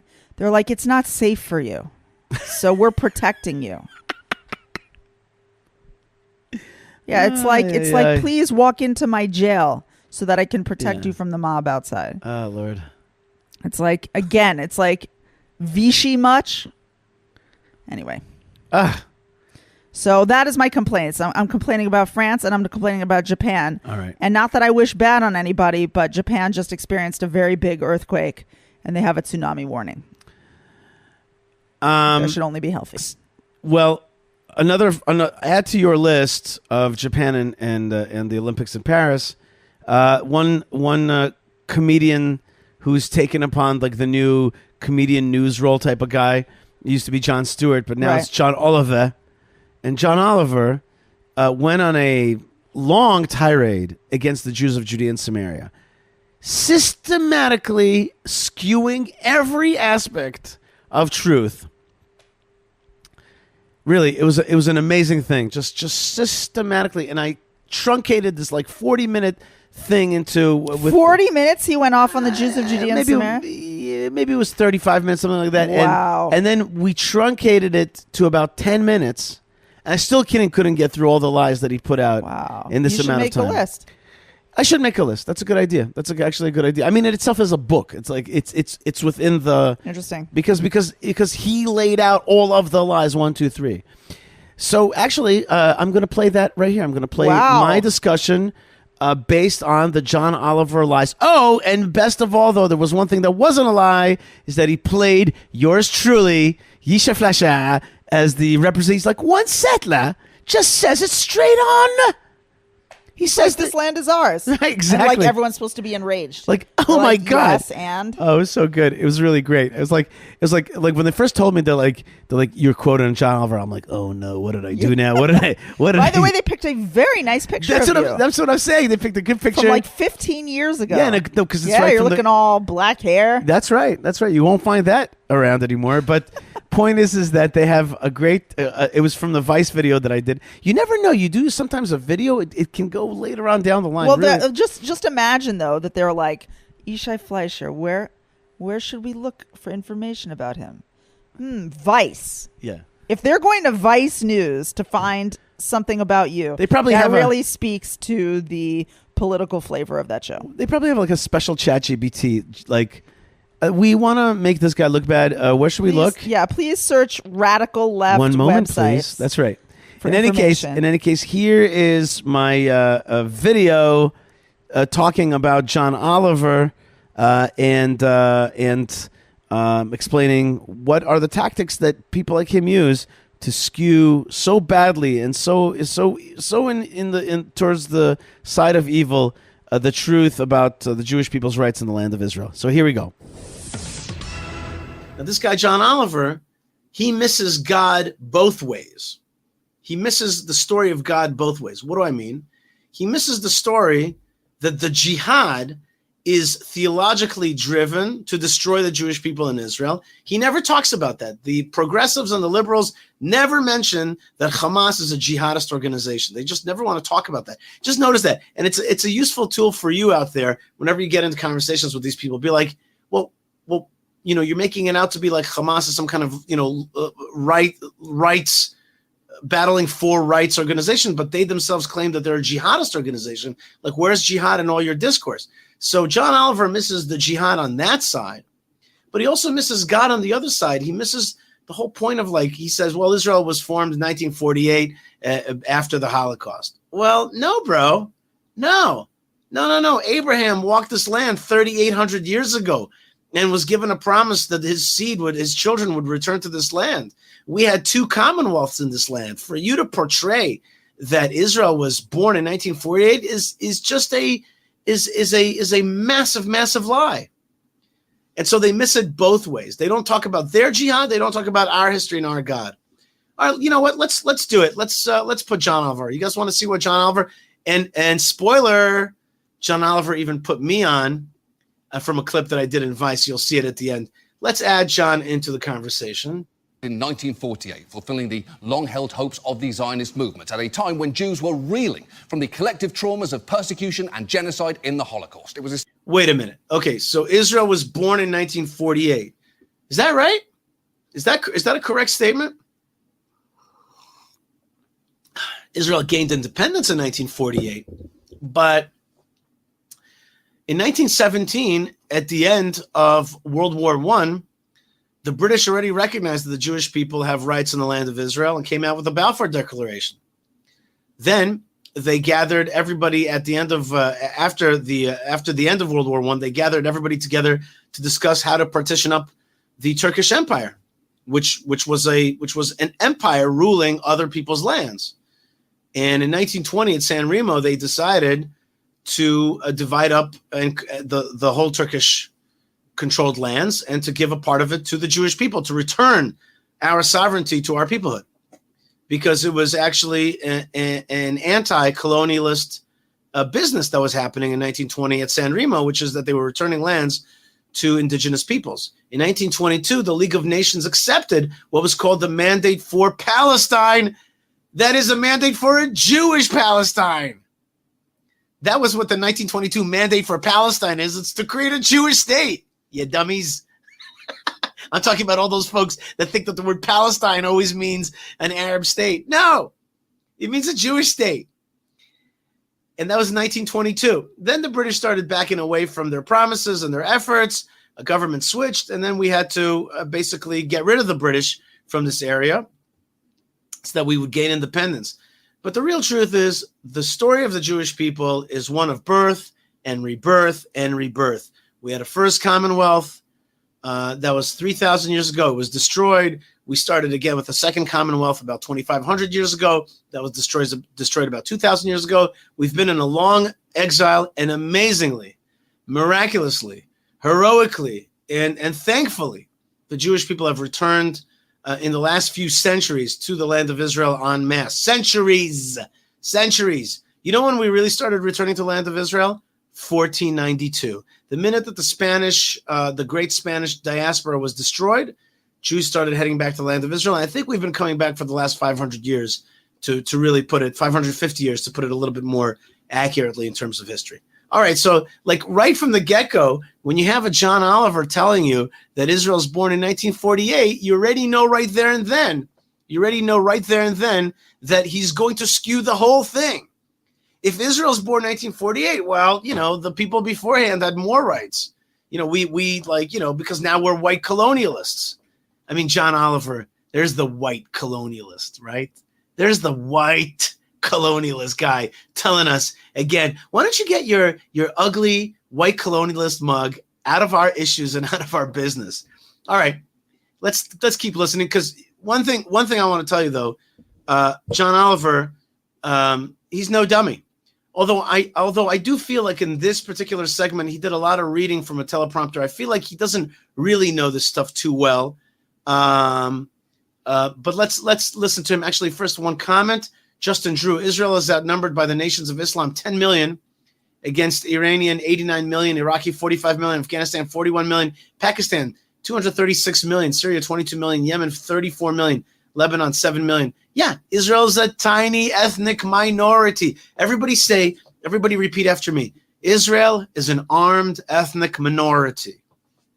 Israel is an armed ethnic minority, the minority of the Jewish people in the Middle East. We're a small tribe defending ourselves in this region. Very important to understand that. All right, let's get back to John Oliver. Established through what Israel calls the War of Independence and what Palestinians refer to as the Nakba, or catastrophe. 700,000 Palestinians suffered their own collective trauma when they fled or were driven out of their homes amid violence and, in some cases, massacres of entire villages. Okay, here we go again. The blood libel returns, right? The Palestinians are the victims. No, they didn't. The Arab world didn't start a war with the Jewish people, trying to annihilate them and to call for the final solution to come to pass to finish off the work of Hitler. Of course they did. They foisted a crazy war of total annihilation on us, and we pushed back on them. But John Oliver is going to focus on the plight of the Palestinians. Remember, he mentioned the Holocaust for a second. We had just finished the Holocaust.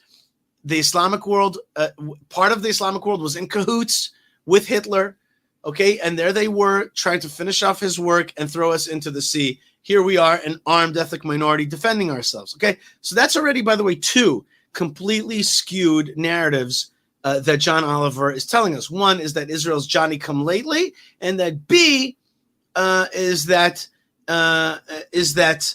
we are the aggressors in the war of Israeli independence. Okay, so it's it's a Nakba. It's we've done only bad to the Arabs. That's how his starting position is. We're brand new and we affected the indigenous people. Do you see the narrative? Some ended up in neighbouring countries as refugees, while others settled in the parts of Palestine now widely known as Gaza and the West Bank. For decades, there were significant tensions between Israel and its neighbours, and then came the Six-Day War in 1967, in which Israel fought and defeated Egypt, Syria and Jordan, and in doing so... Significant tensions. Sorry, I just had a piece of chocolate. Significant tensions. Do you guys like chocolate? I love chocolate. Significant tensions. Now, oh yes, they were trying to kill the Jews every chance they had. 1948, 1956, and 1967, they armed themselves for total annihilation of the Jews. But miraculously, the Jewish people defended themselves successfully. No, that is not the narrative of John Oliver.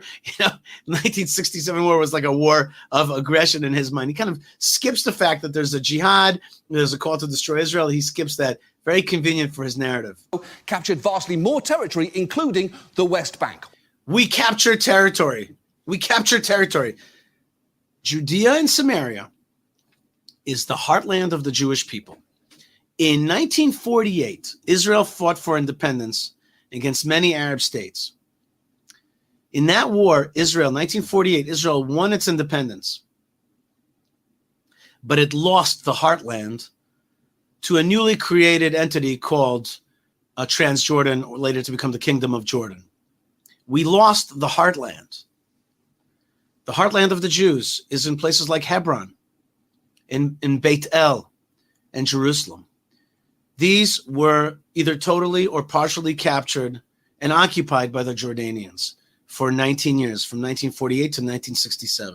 In 1967, Israel liberated. It's a war of liberation, the Six-Day War. We liberated our ancestral homeland where all of our history happened. The world recognized that Judea and Samaria is an integral part of the land of Israel. In all those prior agreements in the 20s, the San Remo Accords and the Mandate for Palestine, as I laid out previously.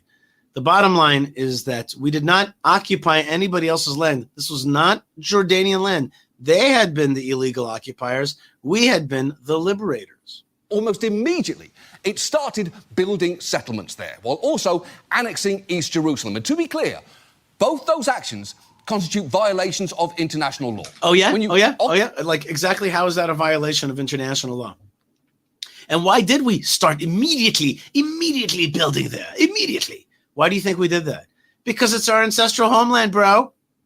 It's because that's the heart of our Holy Land. That's where we're from. That's where our peoplehood is from. And that's where that's the land of this tiny ethnic minority, Judea and Samaria. And John Oliver, do you see this? It's like spin after spin after spin. And he's building a world of spins. It's really quite remarkable. I think very, very anti-intellectual, very unfair, really doesn't even lay out the other side. So he does not explain why the Jewish people began to build and return to Judea and Samaria. He just says they did. And to be clear, he says, this is a violation of international law. No, it was not a violation of international law. It was the fulfillment of the mandate of the Jewish people to return, the recognition of international law. The Jewish people had every right in Judea and Samaria. And you are misquoting what you're talking about, John Oliver, is basically UN declarations and UN body declarations that really do not have any real weight in international law. We'll see more of that junk coming up. Occupied territory as an outcome of war, you are not allowed to expel people or move your own citizens in. And that is actually exactly incorrect. In terms of international law, when an aggressor starts a war with you and you push back that aggressor, that land that you liberate is yours to keep. On top of which we had a prior claim on that land, better title to that. We had title to that land historically and even legally.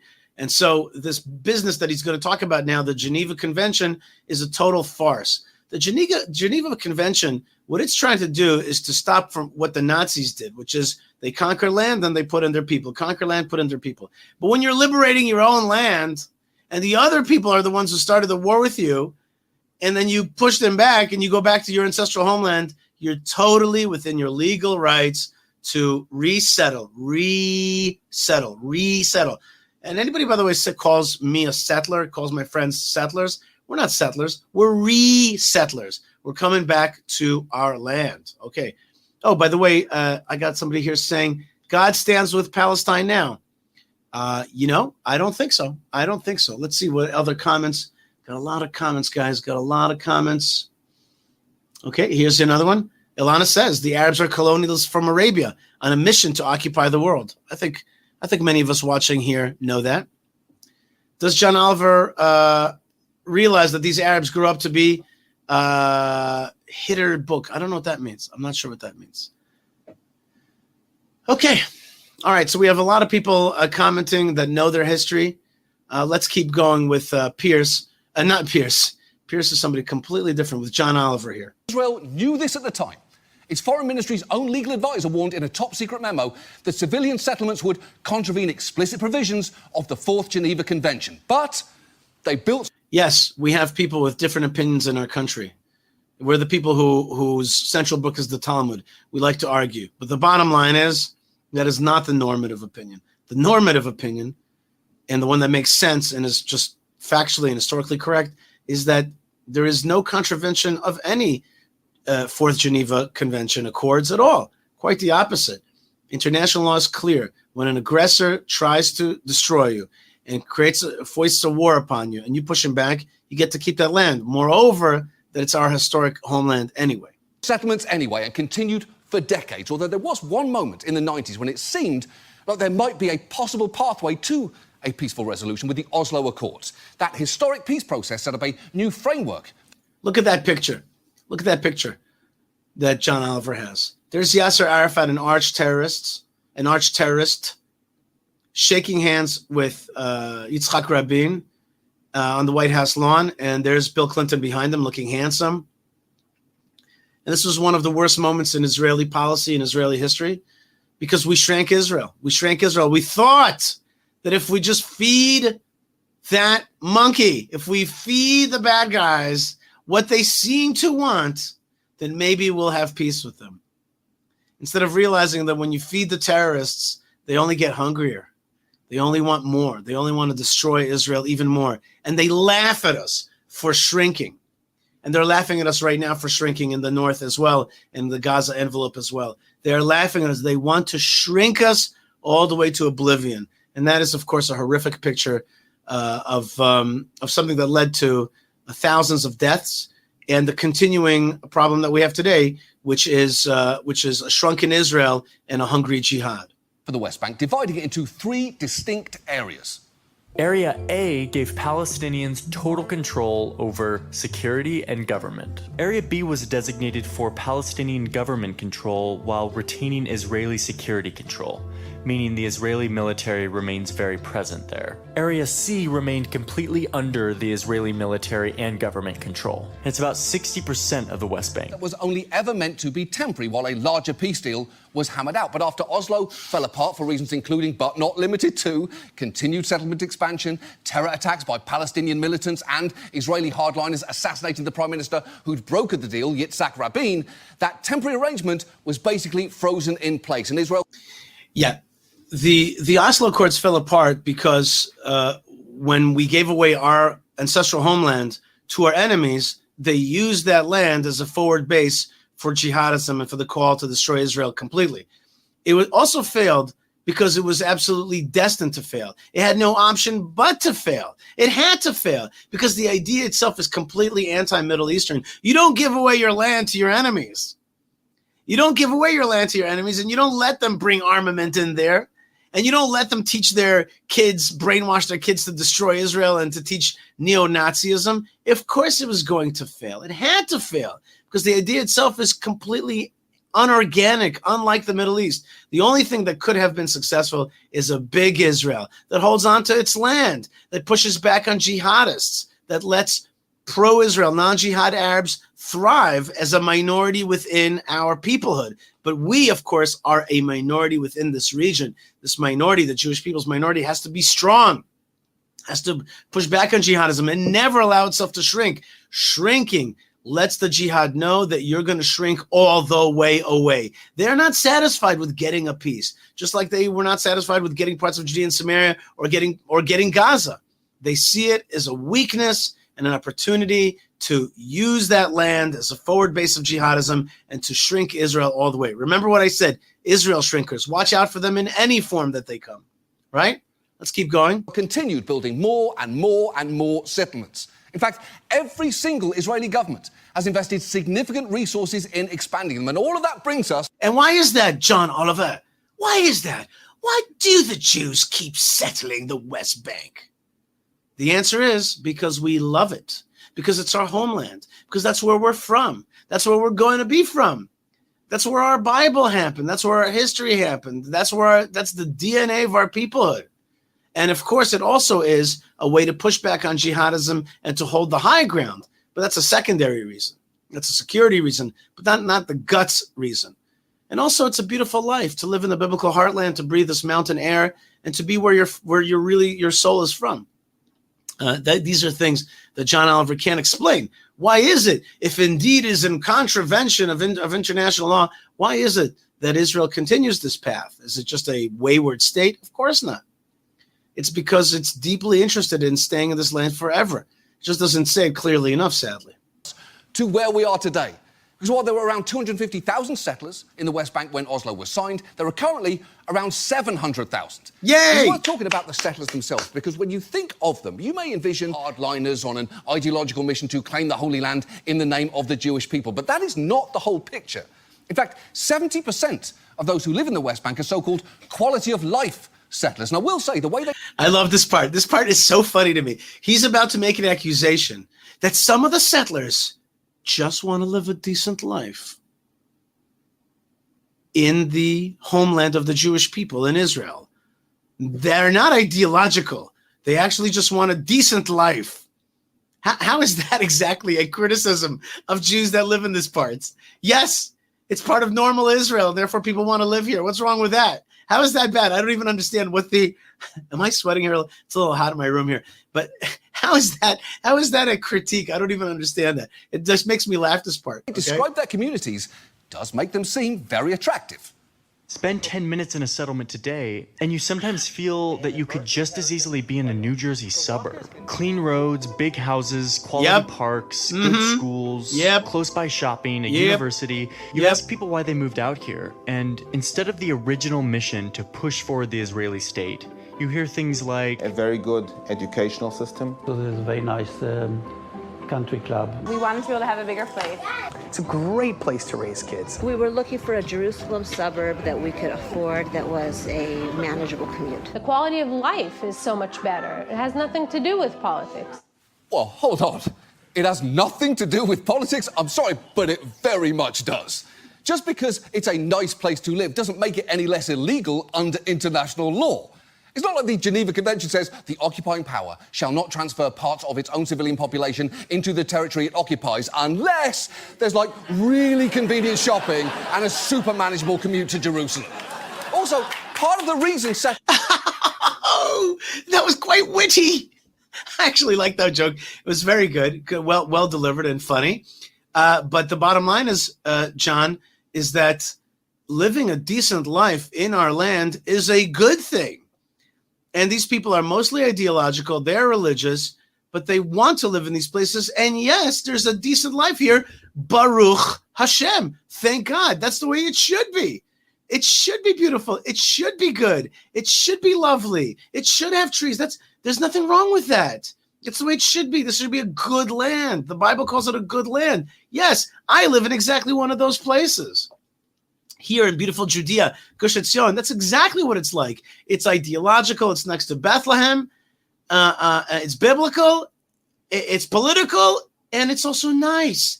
That's the way it should be. It should be like a New Jersey suburb. I just came from New Jersey suburbs right now. And you know what? They're lovely. And that's what the land of Israel should be. It should be lovely and welcoming and decent non-jihadist Arabs that want to live in this land should also live a decent and lovely life. There's nothing wrong with that. This is one of the most beautiful lands in the world. It's historic, John Oliver. It should be nice. We should be proud of that niceness and take pride in it. And so these critiques are so funny. You know what I mean? Like, it sounds smart, but it is in fact just a way to take everything that's nice and to turn it into a conspiracy. Nice is good. The land of Israel should be nice. It should be a blessing to the world. Settlements can be so pleasant is because the Israeli government wants people to move there. Yes, it does. Life is massively subsidized in the settlements, with the government spending more per capita on things like education and infrastructure in them than it does within Israel itself. In recent years, Israel's housing ministry has even offered subsidized apartments in the West Bank through a lottery system. You see this? Here's a great example of when John Oliver just does not know what he's talking about. It's true. Israel has offered subsidized housing through a lottery system in the so-called West Bank, Judea and Samaria, as it does throughout the rest of Israel. That's just the system that we have to get young people to have housing. So they make these like tenders for subsidized housing around the whole country. And yes, here as well. So here's an example of John Oliver just talking silly talk. All right, there's a lot more here in this particular video, but I feel like we've done a lot in this video. Let's go a little bit. Forward. I'm going to push it forward a tad. And here he talks about American involvement. Let's see this. The administration not only moved the U.S. embassy to Jerusalem in 2018, an incredibly provocative act on its own, but then... Did you hear that? Did you hear that? He loves to throw in these zingers. Moving the embassy, recognizing Israel's ancient capital, and the capital today, is an incredibly provocative move. Why is that provocative? What is provocative about recognizing Jerusalem? Nothing. And you know what? And not only that, not only is there nothing provocative in it, one of the things that kept various presidents from doing it beforehand was they said it was provocative. But when Donald Trump did it, what happened? Nothing. It did not provoke anything because it is so obvious. And everybody from Saudi Arabia to Egypt knows that the capital of Israel is Jerusalem. Duh. And so therefore, see, John Oliver like sneaks in this thing. He's like, provocative, very provocative. There's nothing provocative about Jewish people, Judaism, and Jerusalem. There is nothing provocative. That's a fact of 3,700 years. So get over John Oliver and accept the fact that finally an American president recognized the simple facts, got down to simple understandings and realizations. Next year, it also did this. In a major change of foreign policy, the Trump administration said it no longer considers Jewish communities built on Palestinian lands known as settlements to be against international law. The announcement made by Secretary of State Mike Pompeo. Calling the establishment of civilian settlements inconsistent with international law hasn't worked. It hasn't advanced the cause of peace. You know what? It turns out Mike... Wait, but he said a lot more, and he basically said, you cut it out, John Oliver. You cut out the part where he said this is the Jewish people's ancestral homeland. and telling us that we have no right to live in an ancestral homeland has never brought peace, because it's anti-truth, it's anti-factual, and the Arabs don't respect it, because you don't get peace with Arabs by telling these lies of that weaken Israel and enhance the appetite of the jihad. And he's absolutely right. And Mike Pompeo, a great American leader, former head of the CIA and the Secretary of State, he issued something called the Pompeo Doctrine, recognizing Jewish rights in Judea and Samaria, the so-called West Bank. And that was a great moment. An important moment. I had a chance to spend time with Mike Pompeo in Hebron and in other places. And here's a man who knows the truth, that the Jewish people are from this land, and they're going to be from this land, that the stories of the Bible are important. And he's one of these people that recognizes that we've got to call out these lies, and he got to a position of power. And I'm so thankful that I had a chance to even stand close to this guy who had the strength to recognize Jerusalem as the capital of Israel, and then Judea and Samaria as the heartland of the Jewish people, and to recognize it as such in American law. This current administration, the Biden administration, has reversed all that, but it doesn't matter, because we will never forget that recognition, and I hope that recognition comes back. Okay, guys, here comes the money shot in just a minute. Pompeo and I actually agree on something. The status quo hasn't worked. I just think we might disagree on what to do next. And when you take all of this together, you do begin to understand why so many Israelis and Palestinians have despaired of ever achieving a two-state solution. Watch this. And the thing is, as this settler pointed out nearly a decade ago, for many of them, that is basically been the whole strategy.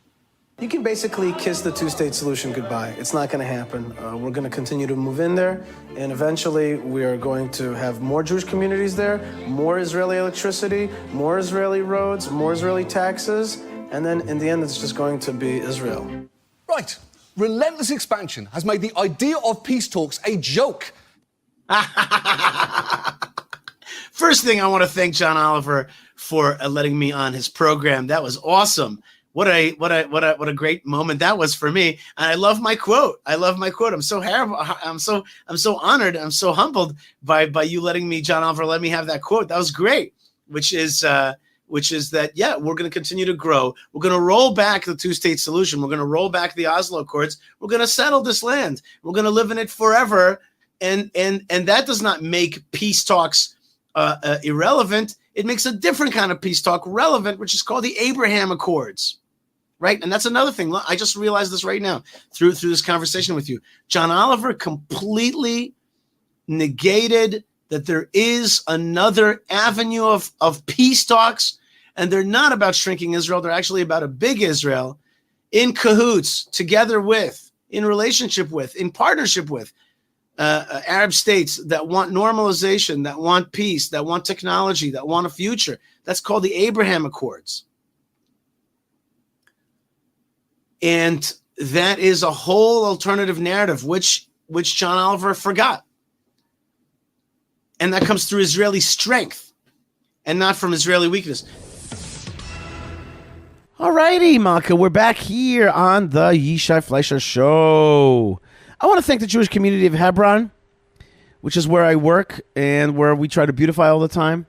And I want to recommend to you that you connect with us through our weekly emails, hebronfund.org. Great emails. You'll really see the land. You'll see what's going on.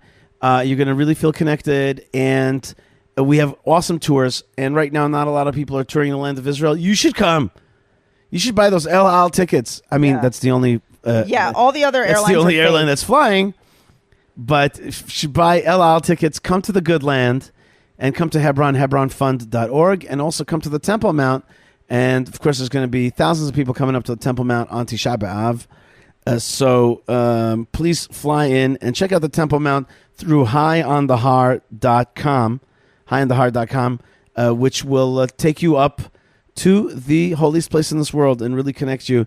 And we'll just, how should we say, it will be a spiritual enema of cleansing the lies and the disgusting untruths of this world, and you will be blessed through going up to the Temple Mount. I think spiritual enema is probably not. Maybe that's like that's my grunge. You can run screaming away from this conversation. This is my grunge band name, Malkah. Okay, or at least my album name. Anyway, we also have Malkah on our show, the one and only and beloved Ben Bresky, who really people love his segments so much on our show, and it gives a lot of flavor that is added. And today he is going to be talking about the Jewish Agency building and the National Institution buildings in Jerusalem. He did a walkthrough, and he's got the history of some of the most iconic buildings of Yerushalayim. I had a friend on the phone the other day. He's trying to make a business deal to build some apartments in Jerusalem. And he's like, give me a blessing. I said to him, all you have to say is, Baruch atah Hashem, blessed are your God, Boneh Yerushalayim, builder of Jerusalem. Hashem is building Yerushalayim. You hear that? Chomena yi. Yerushalayim is being built by God, the God of Israel. He has declared it. Allah wills it. And so it's happening right now. Here is Ben Bresky about the National Institution buildings of Yerushalayim. This is a moment in Jewish history. I often pass by the National Institutions buildings in Jerusalem on the corner of Keren HaYesod and Keren Kayemet streets, named for the institutions housed there. The initiation of the building of the structure came in 1927, and it was completed in the 1930s. And today, it still houses the Jewish Agency, the World Zionist Organization, United Jewish Appeal, and the Jewish National Fund. And these days, if you walk by in the evening, you can see a light display on the walls, currently of Israeli Olympic athletes.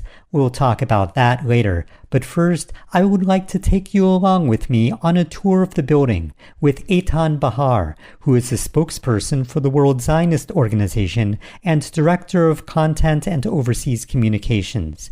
We will learn about the celebrations of 1947, the difficulties of 1948, including the War of Independence and the bombing, which involved the parents of Israel's current president, and the important work being done today.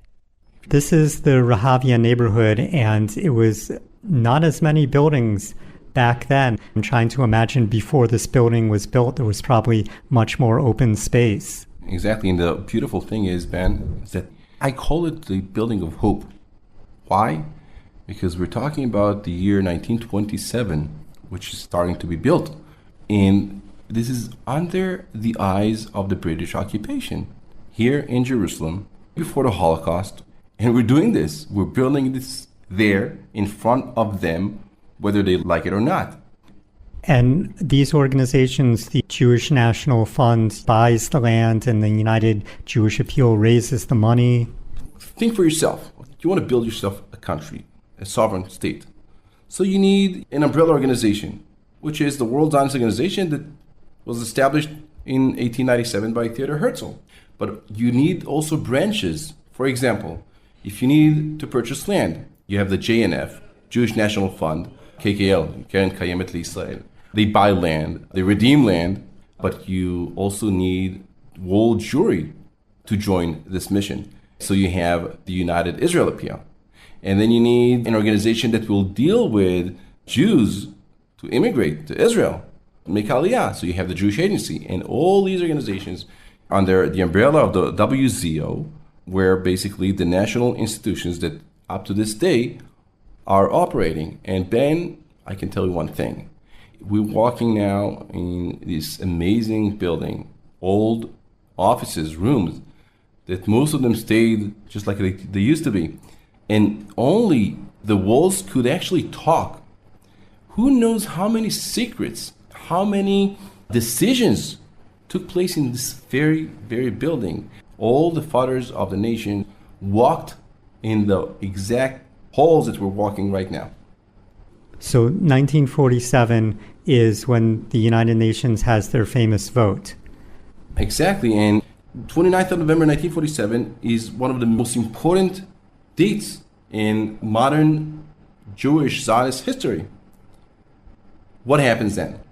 The United Nations, I think one of the only good decisions that were taken for the Jewish people took place in 29th of November 1947 when the United Nations recognizes the right of the Jews to establish a Jewish state in the land of Israel.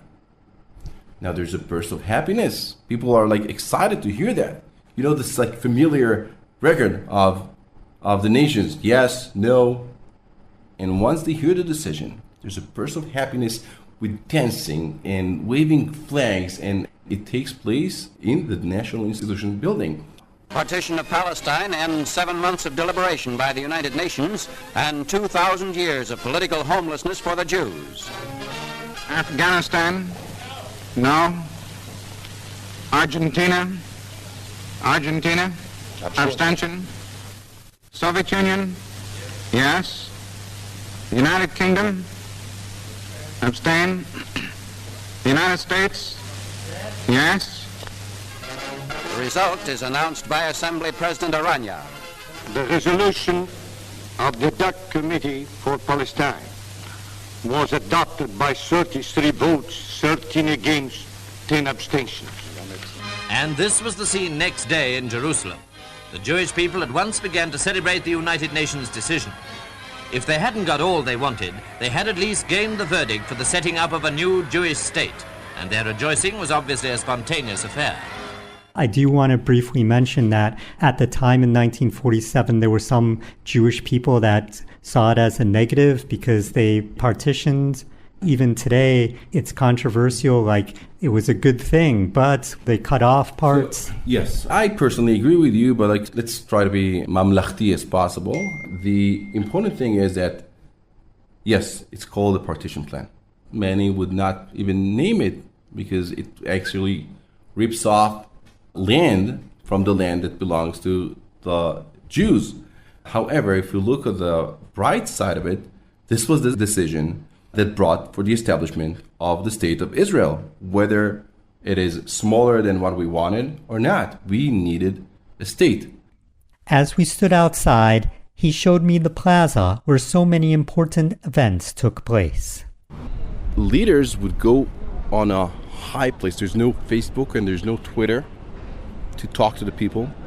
So you need to be in a higher position in order for the people to look at you as a leader, and in order for you to pass on the message to the people.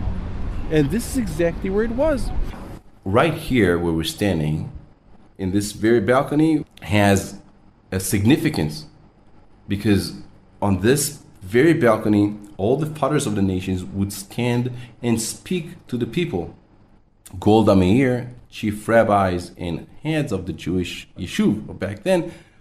One important thing is that David Ben-Gurion did not attend, was not able to attend this very important celebration in 1947. He was the leader of the Jewish Agency and the future first Prime Minister. Prime Minister of the State of Israel, correct. Basically, in the 30s and 40s, from this very building, the government of the future independent state to be took place here. The Knesset, by the way, was established here in Tu B'Shvat, 1949. And this is before the Knesset building as we know today was even built. Yes. And 2 days later, the first president of the State of Israel, Chaim Weizmann, was sworn in. Two major things in 1948 that took place that has to do with this building. And you have an old newspaper article. I guess that's a tragedy, but I'll let you get to that.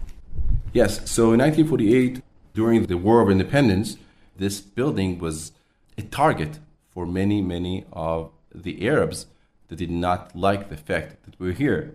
In March 1948, a car led by an Arab driver of the American consulate comes to this building and explodes right outside the building. He drove there with an American flag with explosives.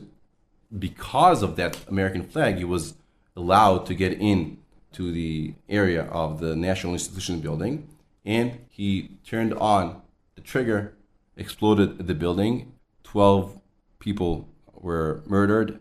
The top floor of Keren HaYesod, United Jewish Appeal, part of the National Institution building, collapsed.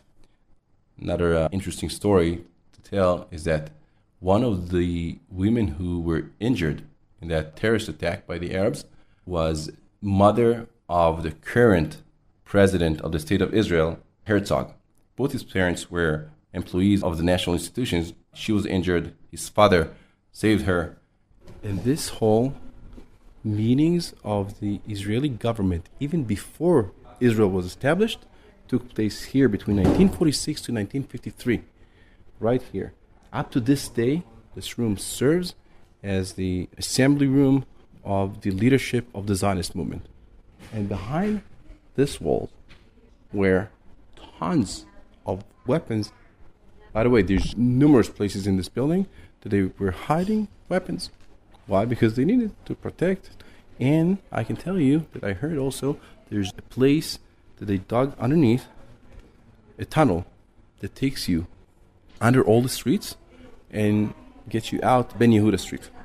And this is because the British made owning weapons for Jews illegal? Not only that, of course, yeah, they were afraid. They're occupying the place. And when you see the Zionist leadership that is trying to get you out of here, they arrest. And you saw like the Black Sabbath that took place here, and they tore everything apart here. And so this photo of Chaim Weizmann right here, there's some kind of secret compartment. I don't know. About secrets here, I'm not sure. I can tell you, though, that you see, look at the photo here. Oh, there's David Ben-Gurion and Chaim Weizmann in the photo, and it's the exact same wood-paneled wall and everything that still exists today.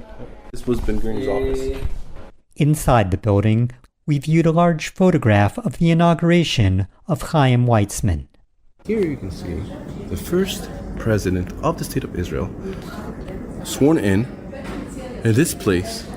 Moshe Sharet, you can see the chief rabbis. Finally, we entered the Jewish Agency synagogue, where Eitan told me a story about an old Jewish Agency shaliach who had been sent to Syria in the 1980s. A few weeks before the war started, we paid tribute to an old shaliach of the Jewish Agency that was sent in the 80s by the Jewish Agency. Where? To Syria. Just like I used to be a shaliach in Cleveland, Ohio. I think that the entire concept, the entire idea of Judaism and Zionism is shlichut. Being a messenger. Bringing people under one umbrella towards one path that can accept and embrace every single Jew. Let me explain you why I'm concluding our tour here in the synagogue. So I gave him a tour of the building, just like I'm giving you. And we opened the Aron Kodesh, the Ark. He said, yes, let's do this. He says, what is this? This is Sefer Torah. I go, yes, let's close it. He said, can I look at it for a second? This same Sefer Torah was smuggled from Syria to the United States, together with hundreds of Jewish kids that were saved back in the 80s. And from Syria, they took that Sefer Torah to the United States, a 400, 500-year-old Sefer Torah, and it ended up here. This is the path of Jewish life. This is the path of Zionism, and eventually, from all over the world, Ki mitzion tetzeh Torah. This is the center. Everything starts here, and everything will continue to be here in the land of Israel, in Jerusalem, just like what you see in the parochet of the Aron Kodesh. After the establishment of the State of Israel and the establishing of the more official offices of the State of Israel, for example, like the Prime Minister's office and the Knesset, this building kind of lost its importance. 76 years later, and the national institutions continue to work tirelessly for the benefit of the Jewish people around the world, in the diaspora and in Israel. We continue basically to strengthen this bridge, our future together, that is unshakable. Can you talk about this photo from 2011? That's on the anniversary, because I found it very interesting that you recreated the scene from 1947 and even brought in a vintage automobile and had people dressing in costumes from the era. So we talked about the national institutions that is losing its importance as part of the attempts to shed light of the history of this place. We decided to reenact the celebrations that took place in 29th of November 1947. We did it in 2011. We basically took the exact same scene, but this is only one of the many ways to shed light on this important building. For the past year, if you come here every evening, except Friday and Saturday, you'll see the light display on the walls of these buildings, depending on the times. But throughout the year, the story of Zionism and Judaism, of building this state, of gathering the Jews from around the world, we're telling the story of Zionism. Right now, we're in the midst of the Olympics, so we screen it on the walls of national institutions. So once again, I think that the glory and history of this important building is much more familiar to the public right now than ever. Eitan Bahar, thank you very much for joining us.